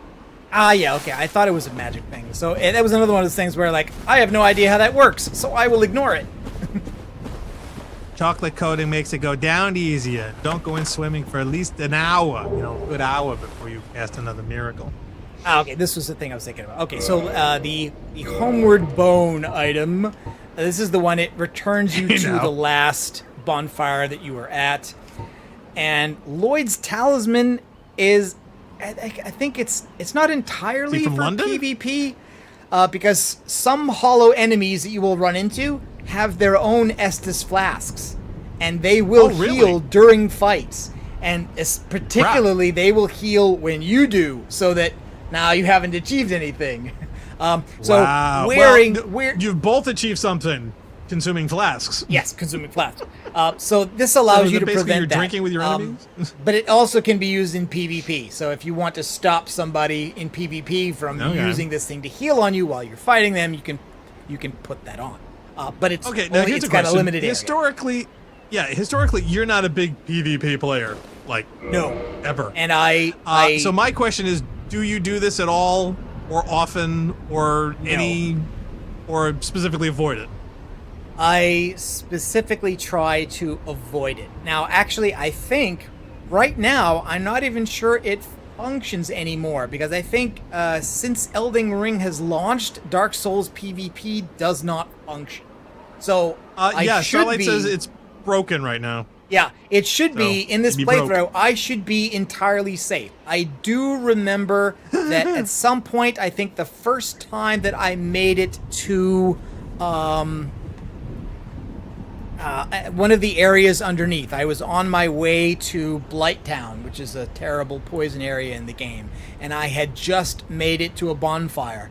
And I knew I was so far away from this safe area, so I used a humanity. I kindled the bonfire, and I then tried to walk out, and I got invaded. And it was so upsetting and depressing. And it wasn't even the practical elements of what happened, because, like, you know, I just went back to that bonfire, and I didn't really lose much. But it was utterly demoralizing to have gotten to that point and thought you were safe, and then to suddenly be threatened, not just by a monster, but by another player, was just... And basically, you can start the game in offline... You can start the game in offline mode, and basically what it means is that you can't get invaded. You just don't get any of the hint messages around the world. So, for instance, we probably won't see any in this playthrough if it's broken. Yep. Okay. Starlight says NPC invaders exist, like Maneater Mildred. Yes. So yes, there are characters that will appear. It's basically like teaching you how the PvP stuff works. They will appear as if they're PvP players, but they're actually scripted. Yep. They're usually just not as good. They're not like Mildred is not that challenging an NPC to fight. No, yeah, Starlight says, they're not nearly as bad as players. Yes, nowhere near. We say this as one of those invaders. I guess Starlight doesn't the invading. Now, was there a game recently, and I don't know if it was Dark Souls or the latest one, Elden Ring, somebody was getting invaded, because that too also has a PvP mechanic, correct? Yes. Okay. Didn't somebody become like a legendary online boss by acting like an NPC and dressing and walking around like one, and then was totally ignored by the PvP invader? I vaguely remember a video online about that. By the way, I'll answer that question in a second. You notice what's weird about this guy? His bones reassemble? Yes. What is up with that? Is he okay? Is that a heal? Now he is dead. Skeletons you had to kill him 3 times. Yeah, skeletons resist the kinds of damage usually done with swords. There are characters, there are enemies nearby that can reanimate skeletons, and these guys in general aren't really dead until you've killed them multiple times. Wow.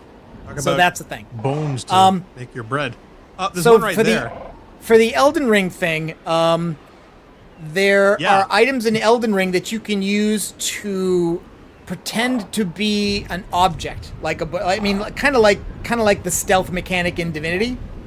So it's possible to either invade another player's world and pretend to be a statue or another object. Tree. It's also possible for the player you invade to do the same thing. Oh wow!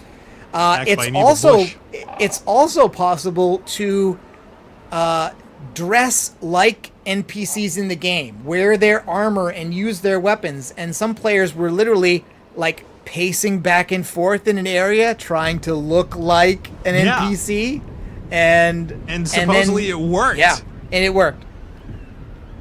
Awesome. That is so cool. See, to me, that's an imaginative solution and a creative reaction to a specific problem. That, I think, is kind of innovative. I like that. But just, never-ending imagination, man.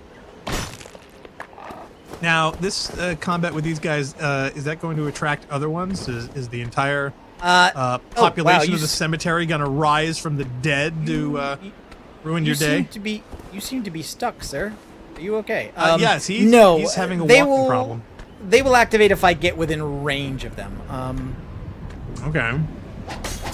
You don't have marbles by any chance, do you? I tried to do the kick to get his shield down and it didn't work. No. See, that lunge put you in range while missing him, and him then being able to attack you.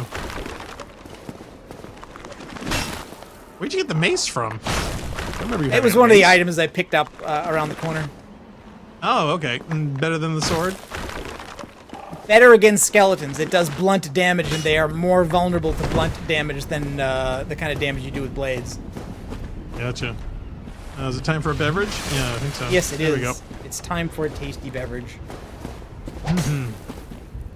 Now, I love how their big lunge attack takes so long. You can literally rotate like 45 degrees around to the other side of them.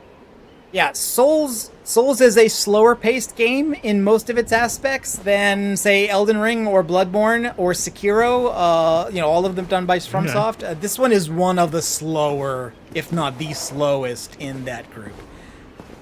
Oh, it's probably good for me. But anyway, I'll tell you what. Can Basically, you pick up that sword he dropped, or no? No, you cannot. The only items you can pick up in the game are the of. ones that look like those little glowy balls. Everything you can pick up is like that. There are some good weapons, some souls in there, and I believe that the last item at the end of the graveyard is binoculars. So if you didn't get that as a gift, but you want it because you want to be able to zoom in on distant stuff, you can fight your way there.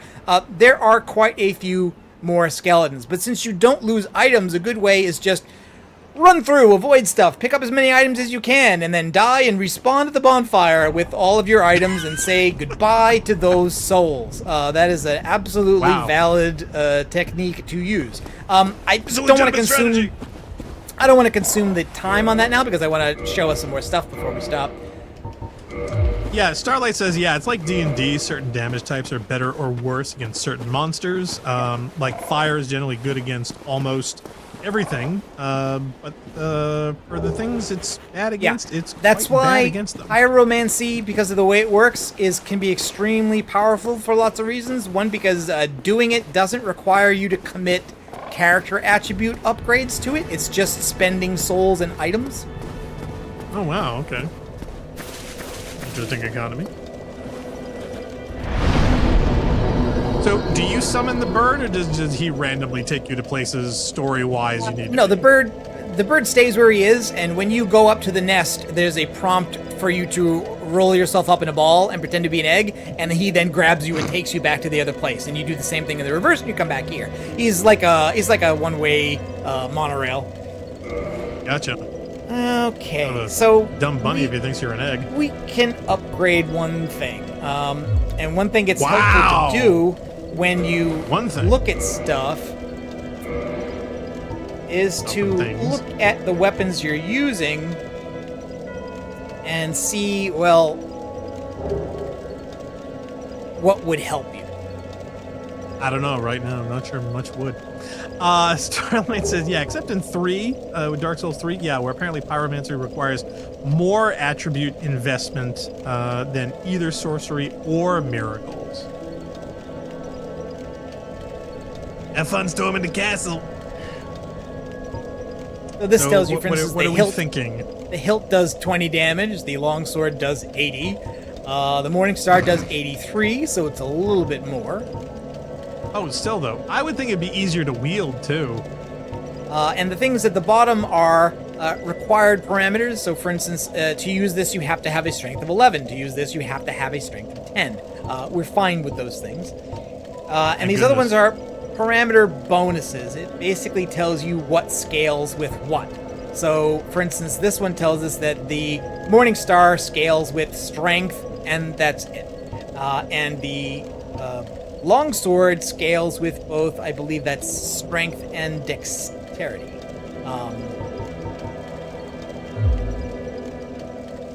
But generally, strength is not a bad thing to level up if you want to do damage. Oh, well, I'm not surprised. I mean, I figured that would be required for most sets. It's just a question of which degree for which class it would be. So what happens is this tells you required souls means how many souls you need to spend to get a level. Every time you get a level, you can increase one thing by 1 point. We have almost 2,500, so we might be able to do...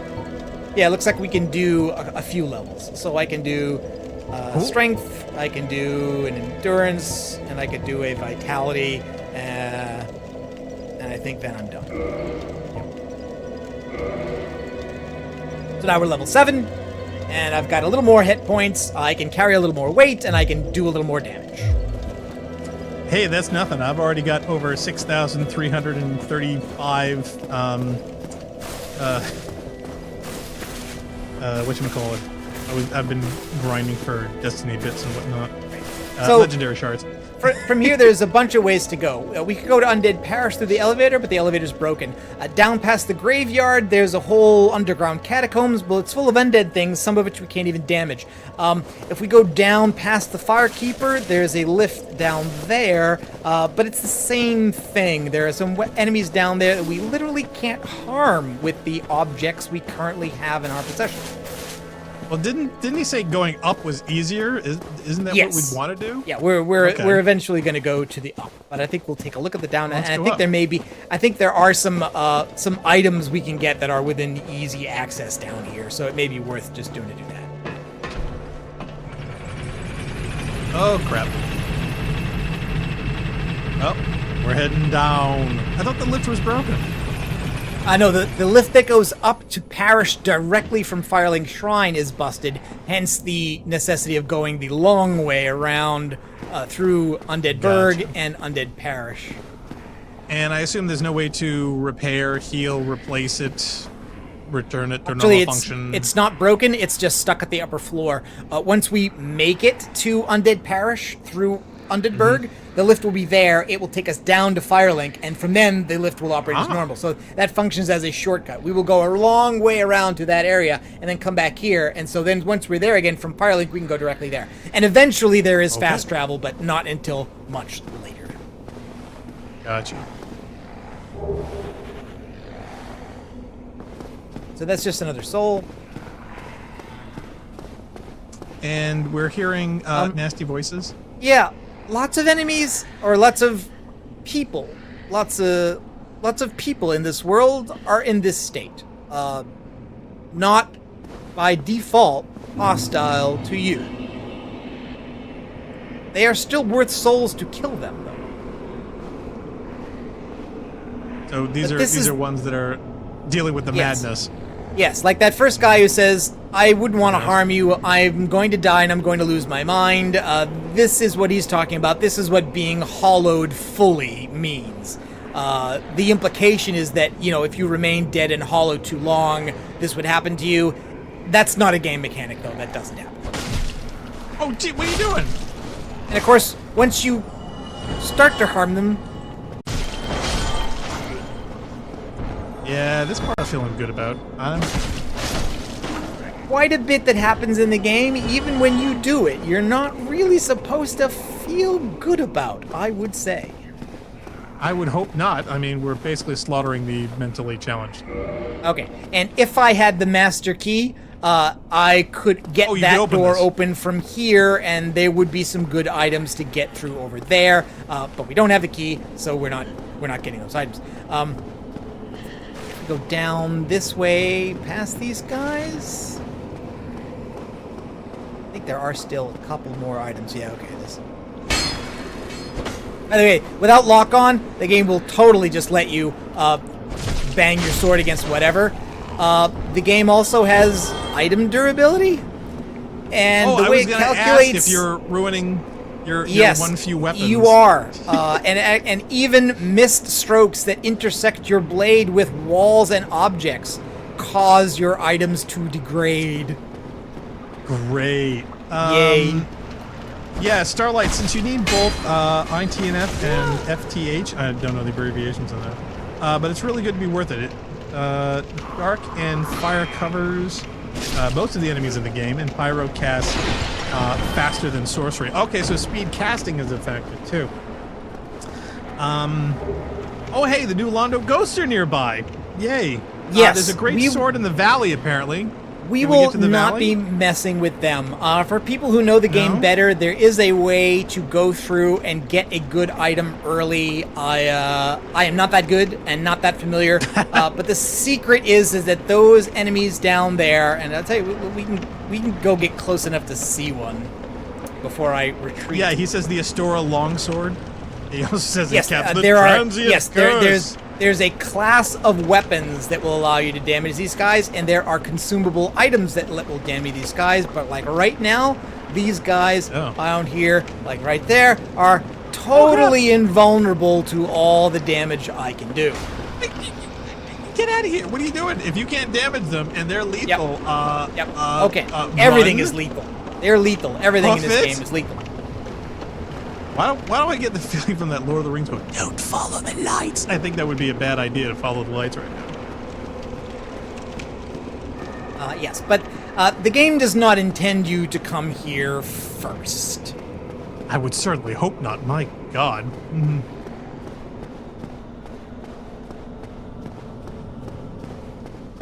Did those guys all respawn?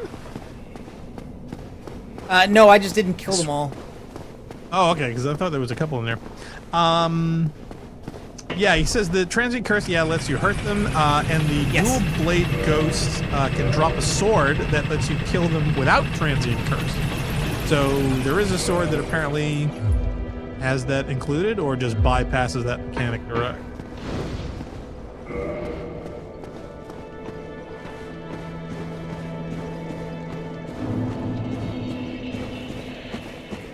Firelink Shrine. I'm assuming there's going to be fire that you somehow have to link. Well, the bonfire in this case is a fire. It's already kindled, but the fire general in the world is kind of the thing that represents Gwyn's dominance over other forces of life in the world that is ending. Lord Gwyn, who fought the dragons and is afraid of humans. Indicating that, first of all, he isn't one, which is interesting. Right. Because he's not.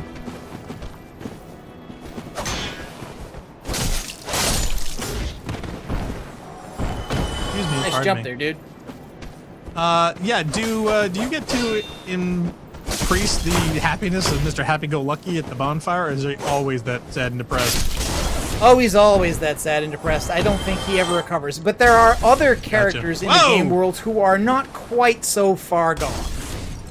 Okay, he's grenading you. Okay, for a Yeah, second there I thought it was a little dwarf. he has the fire bombs that were talked about earlier.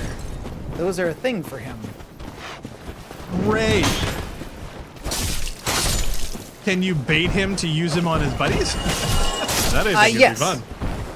Really, you can't? Okay, see, that makes me happy. But you can always get the enemy to use their weapons against themselves. Feeling a little bit better about myself now that I have an actual weapon. I was feeling really bad when I couldn't kill anything with that hilt. Boy, that was terrible. Tell me about it. I was like, this is going to be a long game, man. Even worse than I imagined.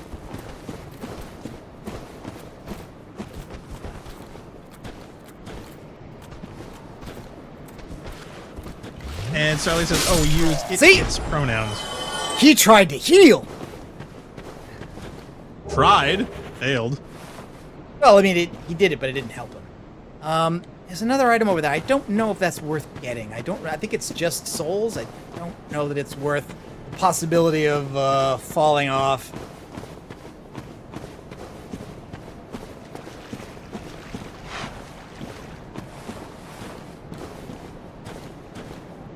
Hi. So are these characters just loitering around everywhere because they're all in different stages of nastiness?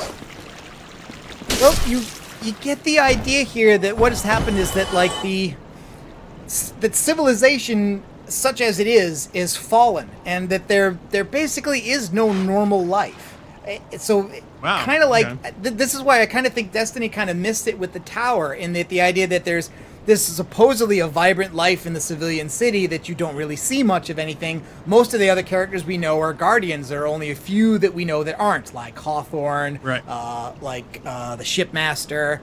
But you get there, and Zavala is cogent and intelligent and has been around a long time and knows what's going on. These people all act like they know what's going on and should tell you, which makes it hard for there to be mystery. It's easy for there to be mystery here. Everyone you know is either undead from the asylum or hollows who've had the life sucked out of them. The world is ending, and they're waiting for somebody to fix it. There isn't anybody who's in their right mind to tell you definitively what's going on. Very, very few. Wow. It's going to be one hell of a disappointment. Question Deca says, yeah, you can get invaders invaded. Really? You can actually get invaders invaded. That's kind of cool. I don't like that idea. I think there's an in-game mechanic where if somebody invades you, you can call for co-op help. because an invader is a multiplayer person who's come into your world to fight you, whereas an ally can come into your world and help you. Well, the funny thing is I do remember a game company that actually made a mechanic built into their game that if anybody they found caught cheating, they would then only be matched up with a server set up only for other cheaters. And in my mind, that is awesome. That is the best way for dealing with cheaters. If you want to cheat in the game, fine. But you're only going to be facing your own kind. And to me, that's justice. So if they can weed out cheaters that way, why the heck not? But having PvPers only play PvPers, I'm all for that too. This is another shortcut. Basically, at some point, we'll come at this from the other way, and this will be another quick way back to the shrine. But because we're keyless... that one I don't know if that one opens with the master key. I think you have to progress to the other side of that so you can use that as a shortcut to come back. I'm not sure that one opens. I could be wrong. Hi, guys. Starlight says, yeah, and the two characters who will try to tell you what's going on both want you to advance their ideology. So there is that whole mechanic there where they give you more info, but only at the price of join my cult. Characters in Dark Souls will lie to you. That's another thing. I would expect everyone you would run into in this game to lie to you.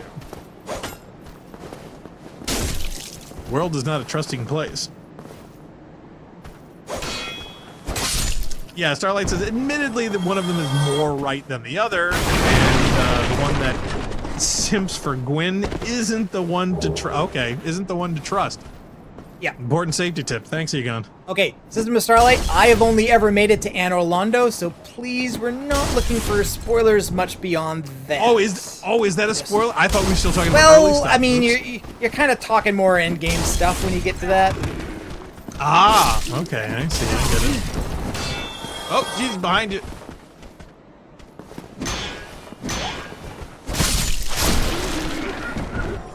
Take this and that and the other thing. Yeah, see, now you're just cheesing it. Now you're like, now that we have a real weapon, yes, things are slightly different. You're acting like Sir Lancelot. Just get carried away. Sorry. Somebody's got fire bombs up there. Ooh, barrels. Can you throw barrels at people? I would love to roll those off and have them hit somebody. Hang in there, kitty. What is he doing? Hang in there. He's doing the hang in there meme. I was wondering, seriously? Was that an accident, or is that a guy who's really, that's where you're encountering him, is dangling off a cliff? It's an ambush. Wow. You thought, I can't see him, he can't see me.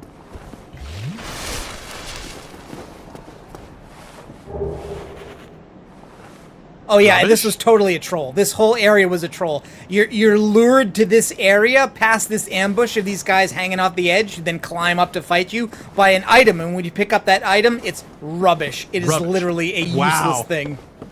So they literally have a glowing ball to indicate a item you can pick up that happens to be Yes, they will consistently, that's just to tell you, we're gonna lure you into conflicts with items. So when you see an item and run for it, think first, where's the ambush? Yep. Okay, humanity. Well, there's a humanity point there. There's a huge now, you're humanity. still at 0. Do you not have any? I'm confused. Did you not pick up any humanity? Oh, I've picked up humanity. In order for humanity to become a character attribute instead of an item, I have to use it. Oh, have you not used any of it for a particular reason? No, I haven't. Or are you saving it for something? I'm saving it, although I don't really need to worry about it too much if PvP is still broken. Because the problem there would be that I would be potentially risking being invaded by being human. But if that's still not fixed, then I probably don't need to worry about it. What was that? Oh, sorry. A dodge roll into barrels? Yes, because some barrels contain items, and so people just compulsively smash into everything all the time. There's no open barrel button? You literally have to do a roll into it. Yes. That is silly. Okay, that I just design-wise. I mean, it's funny that it's in there, But as the main mechanic, you can't just open the thing like a normal person? If an item is weird, openly visible, if it's the glowing ball, then you can just pick it up. But some of them, well, did you just launch that guy? Yeah, that's the thing. But if an item is inside a chest or barrel, it cannot be seen. Chests can be opened, but barrels cannot. So yeah, sometimes things are just hidden inside things and don't ever come out until you smash them. They're not that common, but you know. But hey, figured to do it on every single one. Okay, all right. So, is this a boss fight? Or is it just this one's not a boss fight. This is just dividing the area up into 2 areas. Dude, you scared me there for a sec. Yeah. Okay. So, all right. I don't see any Destiny perils there that I can think of.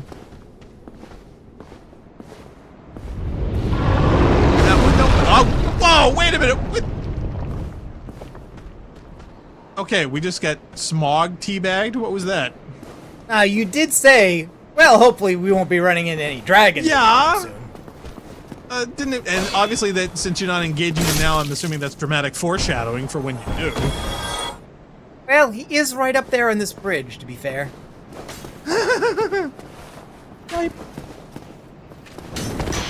Yeah, Starlight says, yeah, you'll see him again later.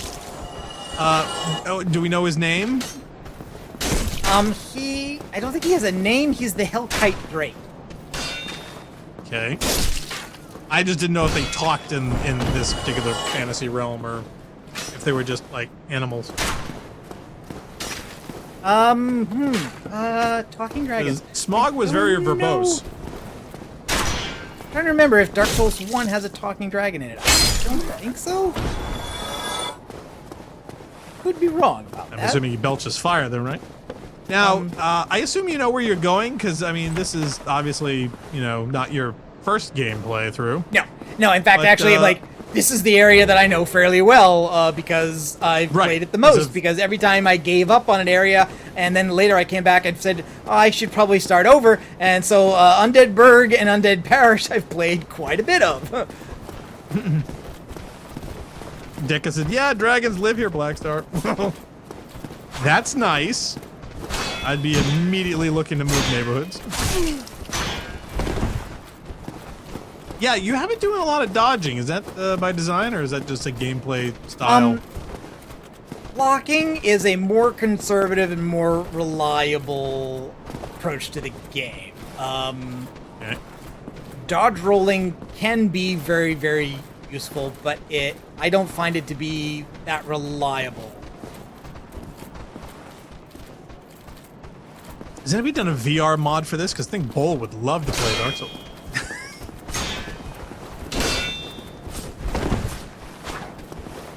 Imagine him actually rolling through his living room. These guys have shields. They just block your attack. So the idea basically is you want to, if you can't use the little kick to block their shield, then what you want to do is you want to bait them into an attack, because that gives you an opening. Yeah, they suddenly lose their defenses. Owie. Attack you from behind. Yeah. Well, you made it, but definitely less cavalier than the other guys, where you're just feeling a little brave. Whoa! Okay, yeah. Thank goodness there's stairs here.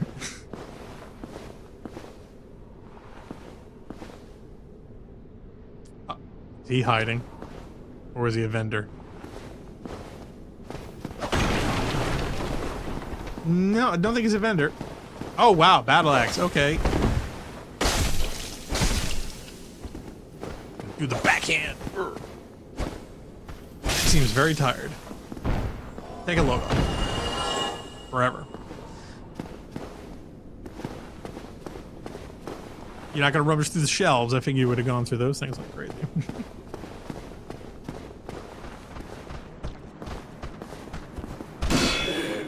Yeah, see, now these guys are kind of in unison. Does that happen a lot in this game?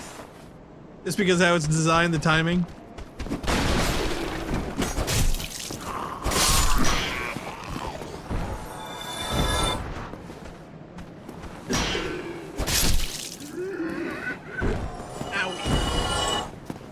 Now, is it weird? Is like every time you finish killing somebody, I immediately want to press on my controller. I want to press A to scan the area for items to pick up. Oh. Yeah, no, I don't have that. Divinity too much. I really love that auto scan button. It's like, where's the hidden stuff? Press A. Here's the undead bird vendor. You seem to have your wits about you. Starlight says we're heading out. Stream was neat. Take care. You too, Starlight. Thanks for watching. Appreciate it. Have a good time. Yeah, he's not crazy. Go nuts. Yeah, so he sells some various stuff.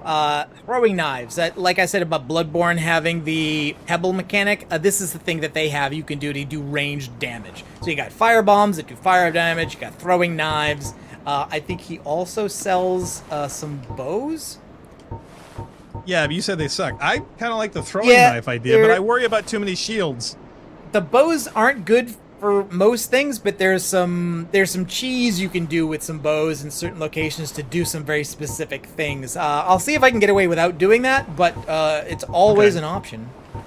Now, what about the spear? Is the spear any good? Because I figured that would be great for ranged attacks. Spear is good. The thing that's good about the spear in particular is that, just like those guys we just fought, you can attack while blocking with the spear. It's the only kind of weapon that you can do that with. So you can have your shield up, and you can still do damage by You can still stab things. It. Okay, yeah. Very, very smart-ish. How much does that cost? 600. Is that worth More it? I don't know. I don't think that's worth it. Probably not right now. What a waste of time. Go and fall off a cliff. All of the vendors are rude to you when you don't buy. And can't say I'm surprised. And also, if you attack or kill a vendor, you can make a vendor hostile, and that needs to be forgiven as well. Wow. Well, I'd be worried more about accidentally, instinctively doing a barrel roll into all of his stuff. I don't think that does anything, but you can accidentally, because again, there's no. If you want to make, if we want to make a few last Destiny, a few last Destiny comparisons. Yes. Destiny will force you to lower your weapon in social areas so that you don't have to see that you're unable to shoot Zavala in the head. Or it locks it off. It locks it off. This game will let you do that. Elden Ring lets you do that. There are vendors all over the world in Elden Ring. You can kill them. There are benefits for killing them in some cases. Really? Yeah. See, now, if you got all of their stuff, I would say absolutely. But in Dark Souls, usually killing a vendor means you can never buy any of the stuff they have. It's not a loot the vendor situation. It's the downside. In Elden Ring, there's a weird mechanic where you kill a vendor, they drop an item. If you bring that item to a vendor back in your safe area, that vendor gains the ability to sell all that vendor's items. So it's... Ooh! Now, is that a mechanic or is that a just weird glitch in game design? Notice, if you just follow the little shortcut past the vendor, you get 10 of the things that guy sells for free. So... Yeah, the game is totally trolling you. Okay. Owie. Is that worth it? I wouldn't have done that. Now, has anybody done anything weird like, you know, people did with the old marathon games where they do things you wouldn't expect, like, you know, I don't know, grabbing like all the corpses and like piling them all up on a bridge or something? I don't know. I mean, there are a lot of people who do speed runs and do challenge runs. Well, speed runs would be obvious. I just didn't know if anybody done anything weird like that. There's a limited amount of stuff you can do in terms of world manipulation like that. Yeah, like there's no warthog jump or anything, but you know, yeah, I just thought maybe there might have been something funny. Okay, can I get this guy to fall off?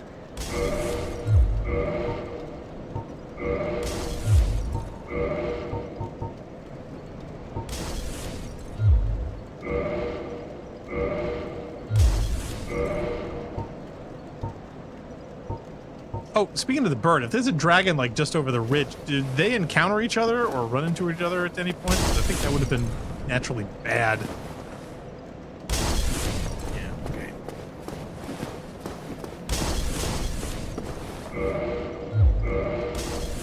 You're baiting out his Molotov cocktails. Now, I assume they also have infinite amounts of them, so it's not like you can have it run out. Yeah, like they're not gonna run out.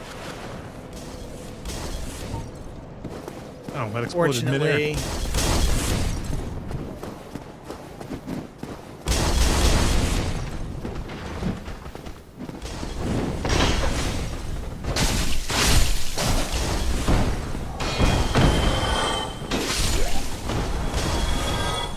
Careful, don't kick that body away. He's got something. Ah, okay, Hey, so it's a butt towel. He did that. Now some of these guys do drop items that they use. In this case, what he's dropped is a piece of armor.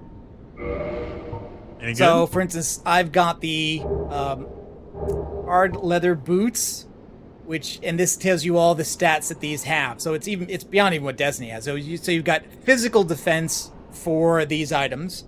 Then you've got specific amounts for striking type of damage, slashing type of damage, and thrusting damage. And every weapon does different types of damage, and some attacks with the same weapon. So, for instance, the strong attack with the longsword is a thrust, but the fast attack with the longsword is a slash.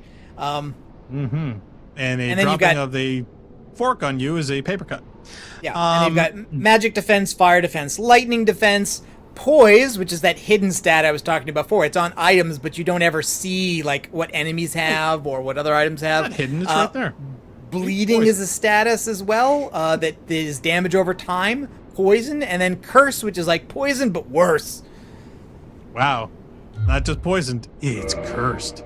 Deca said, yeah, those guys don't dodge too, so they're also one of the few times a bow or knife is your best choice.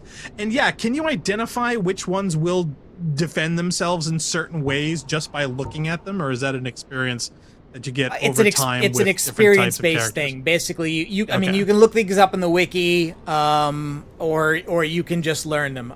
So in this case, what this is telling me is that this item is better on poise. So in other words, but slightly worse on damage. So for instance, this has a little bit less bleed resist, a little bit less poison resist, but its physical attack resistance is very similar, but it weighs much less and has more poise. So wearing this makes it harder for them to stun you, but you'll do a little more damage in certain areas if you wear that. So I actually like some of their gear, although it's not particularly attractive, especially because we're holy crap. Yeah. Oh look, it's grandma's legs. Yeah, that's just nasty. And why is it you only have one shoe? Are you missing boots? That's because the thing you've only got one. Yeah, the item I just put on was a pant set, and yes, the hollow set only has one shoe. This is another door that would open if I had the master key, and that would let me down into the lower area called the depths a little bit early. I don't need to be doing that. Yep. Things are bad enough right here. I don't need any more of it. Thank you.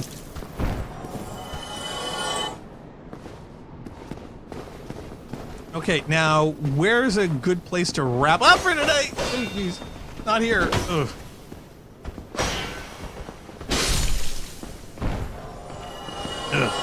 A little brave I'm gonna there. try and go a little bit higher. There is a...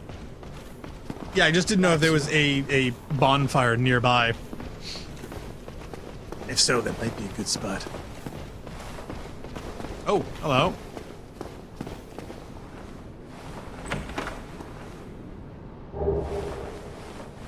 Okay, Ooh, some black useful firebomb. items. Okay. Firebombs. I assume they have a cooler effect than the standard old red firebombs.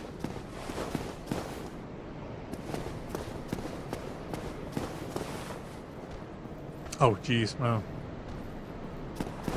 Yeah, why don't we, tell you what, why don't we try one of these firebombs?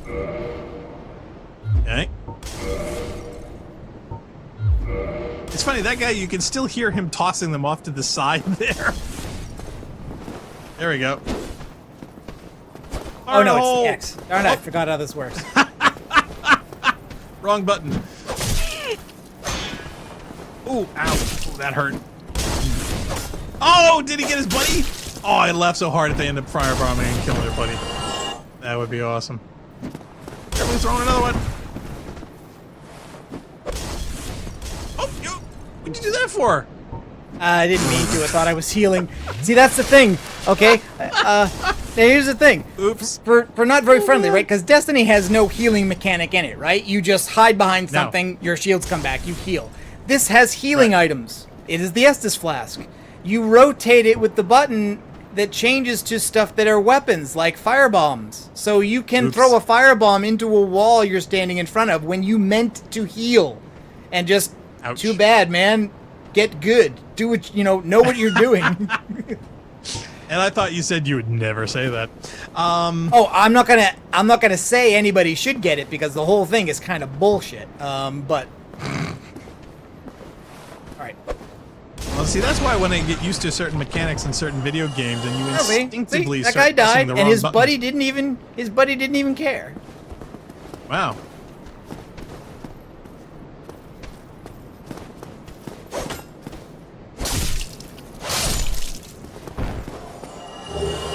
Big bad, you'll get more of the same.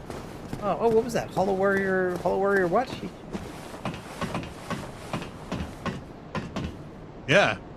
Hi, guys. Yeah, I'm waiting for them to turn around and start firebombing.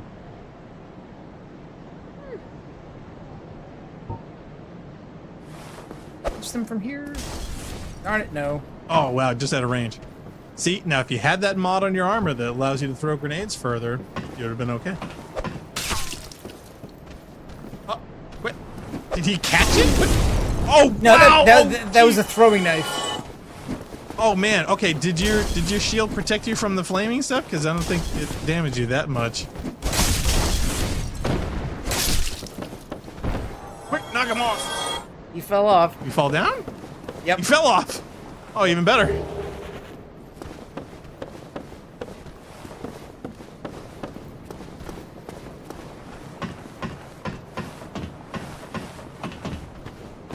I think I picked up an item. What was it? Oh, now here's the other thing: is like, can the game kill you while you're in menu? Does Yes, menu actually the game pause is the not game? paused during this. If I'm not in a Okay, safe all right, area, good to I know. can be killed in a menu. In fact, I think I hear somebody. Good to know. I hear somebody right now.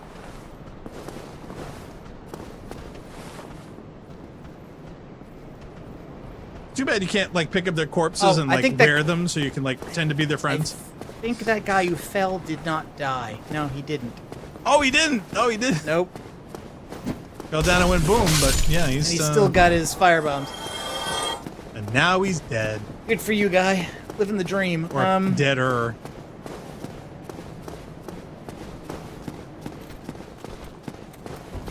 Oh, you're not Rapunzel. Oh, crossbow. Okay, this could be fun. Oh no! Do the crossbow bolts go faster, or no? They're just as slow as No, other they do arrows? more damage, but they basically travel the same speed. Gotcha. So you can imagine what it'd be like if you just followed your eye line down to those two guys down there and left this guy up here alive to shoot you in the back. Oh yeah, he would mess you up big time. Gotcha.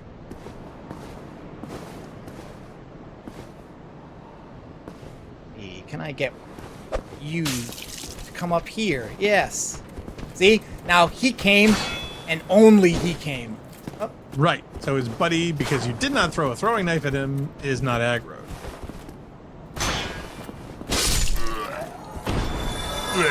Take that. That's very useful. Oh, but also look, friend, see? Like that Oh, wall there's is another literally there to hide that guy. To hide that guy. Wow, behind the corner. That's mean.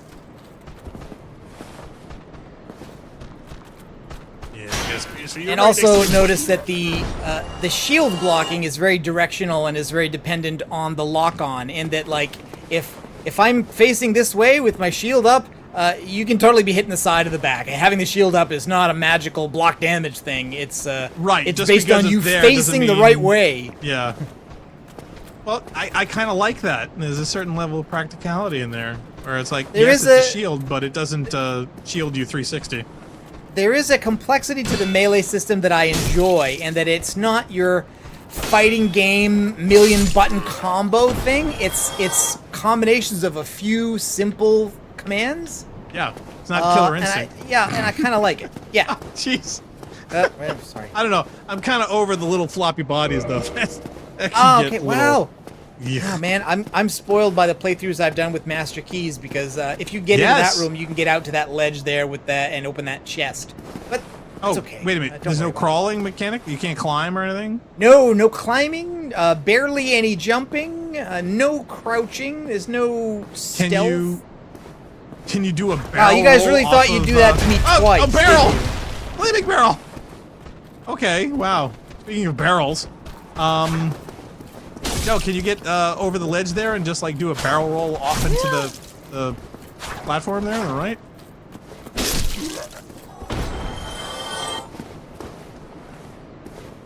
Or yeah, like could you like stack up all the bodies and then climb over the ledge? Nah, it's not really that flexible. That would be funny. Well, they don't have ladders. Yes, I thought we were going up. Do here? Because there are. Well, I thought we were looking for a bonfire. You know, we're pushing 3 hours.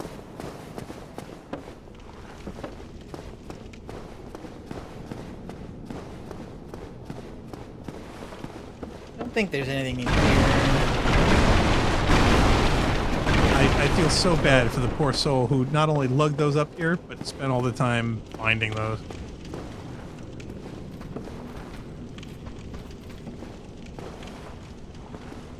I mean, do you have any idea how hard it would be to lug those things up here? Okay. So this one is a boss fight. The boss just hasn't shown up yet. Do we want to be doing that? Yeah, we do. Hi, guys.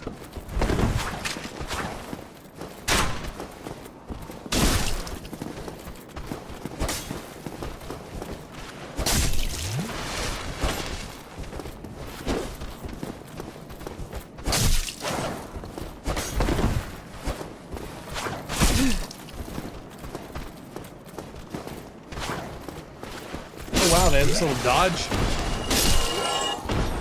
Yeah, these guys are bastards. They dodge, they heal. Like, you get to the point where there are enemies that will do pretty much anything the player can do.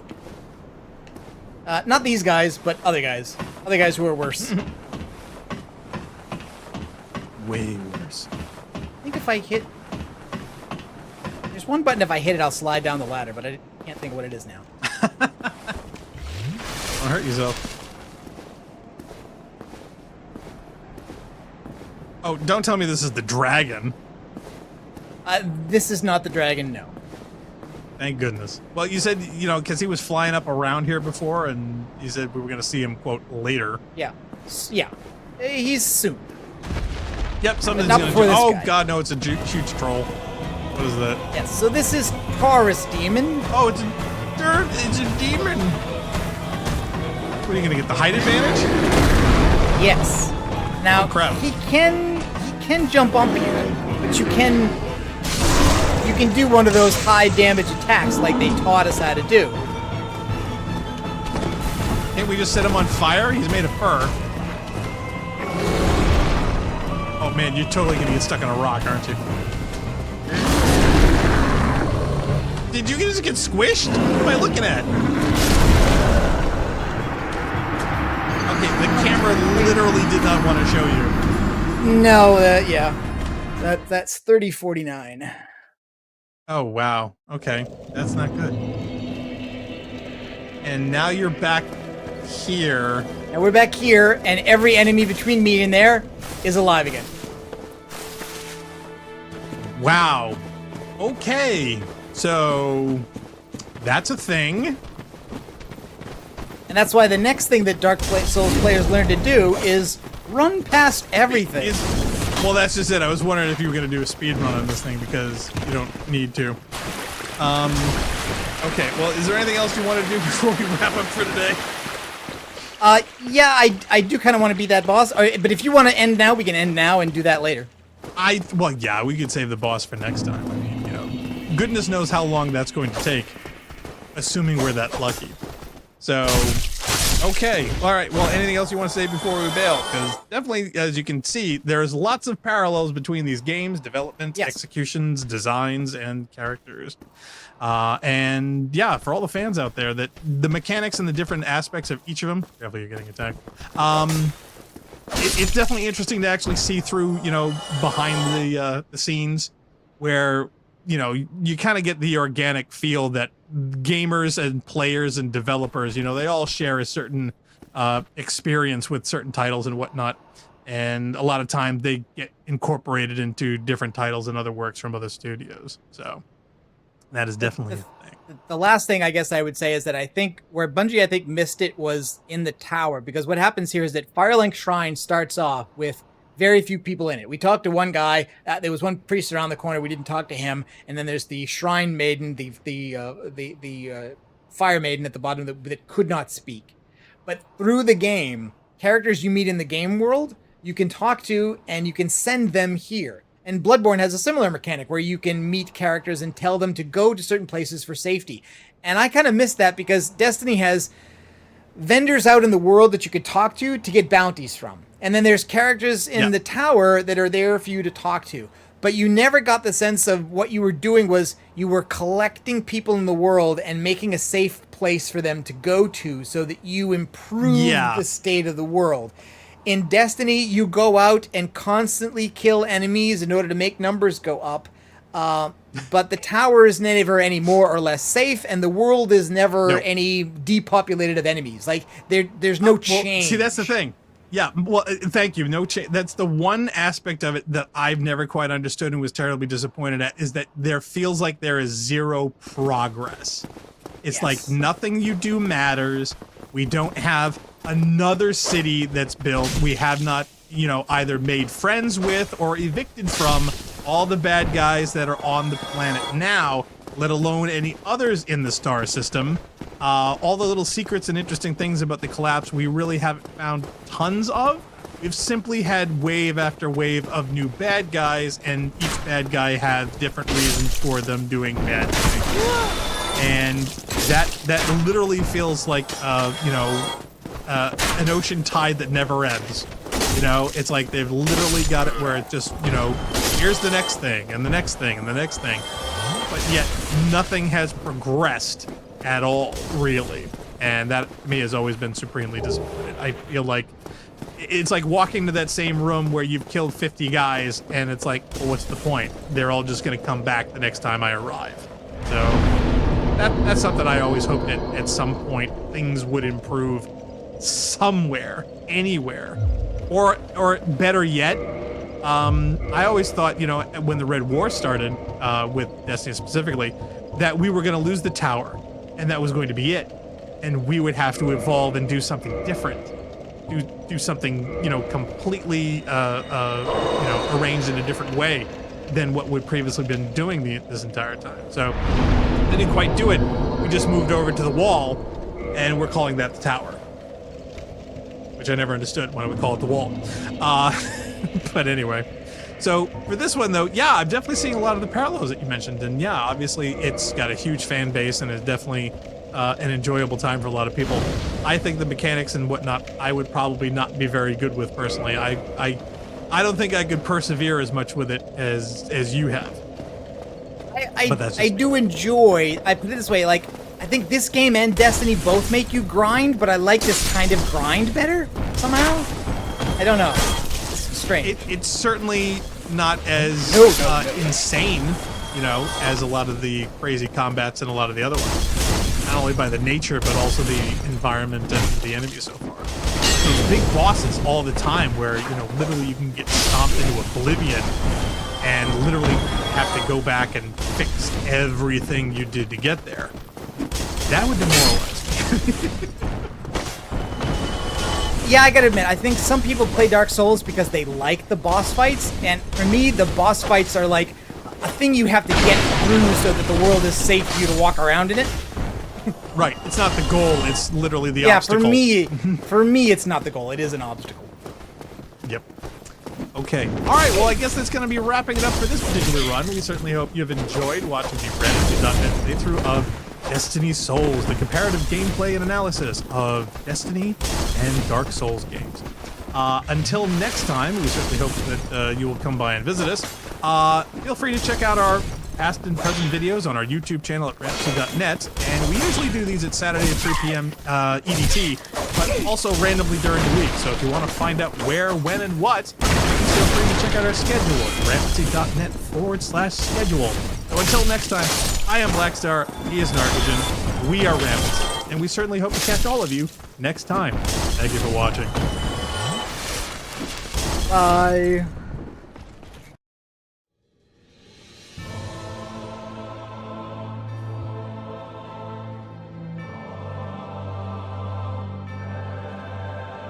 Yes, indeed.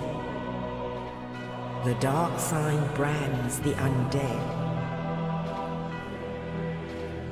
And in this land, the undead are corralled and led to the north,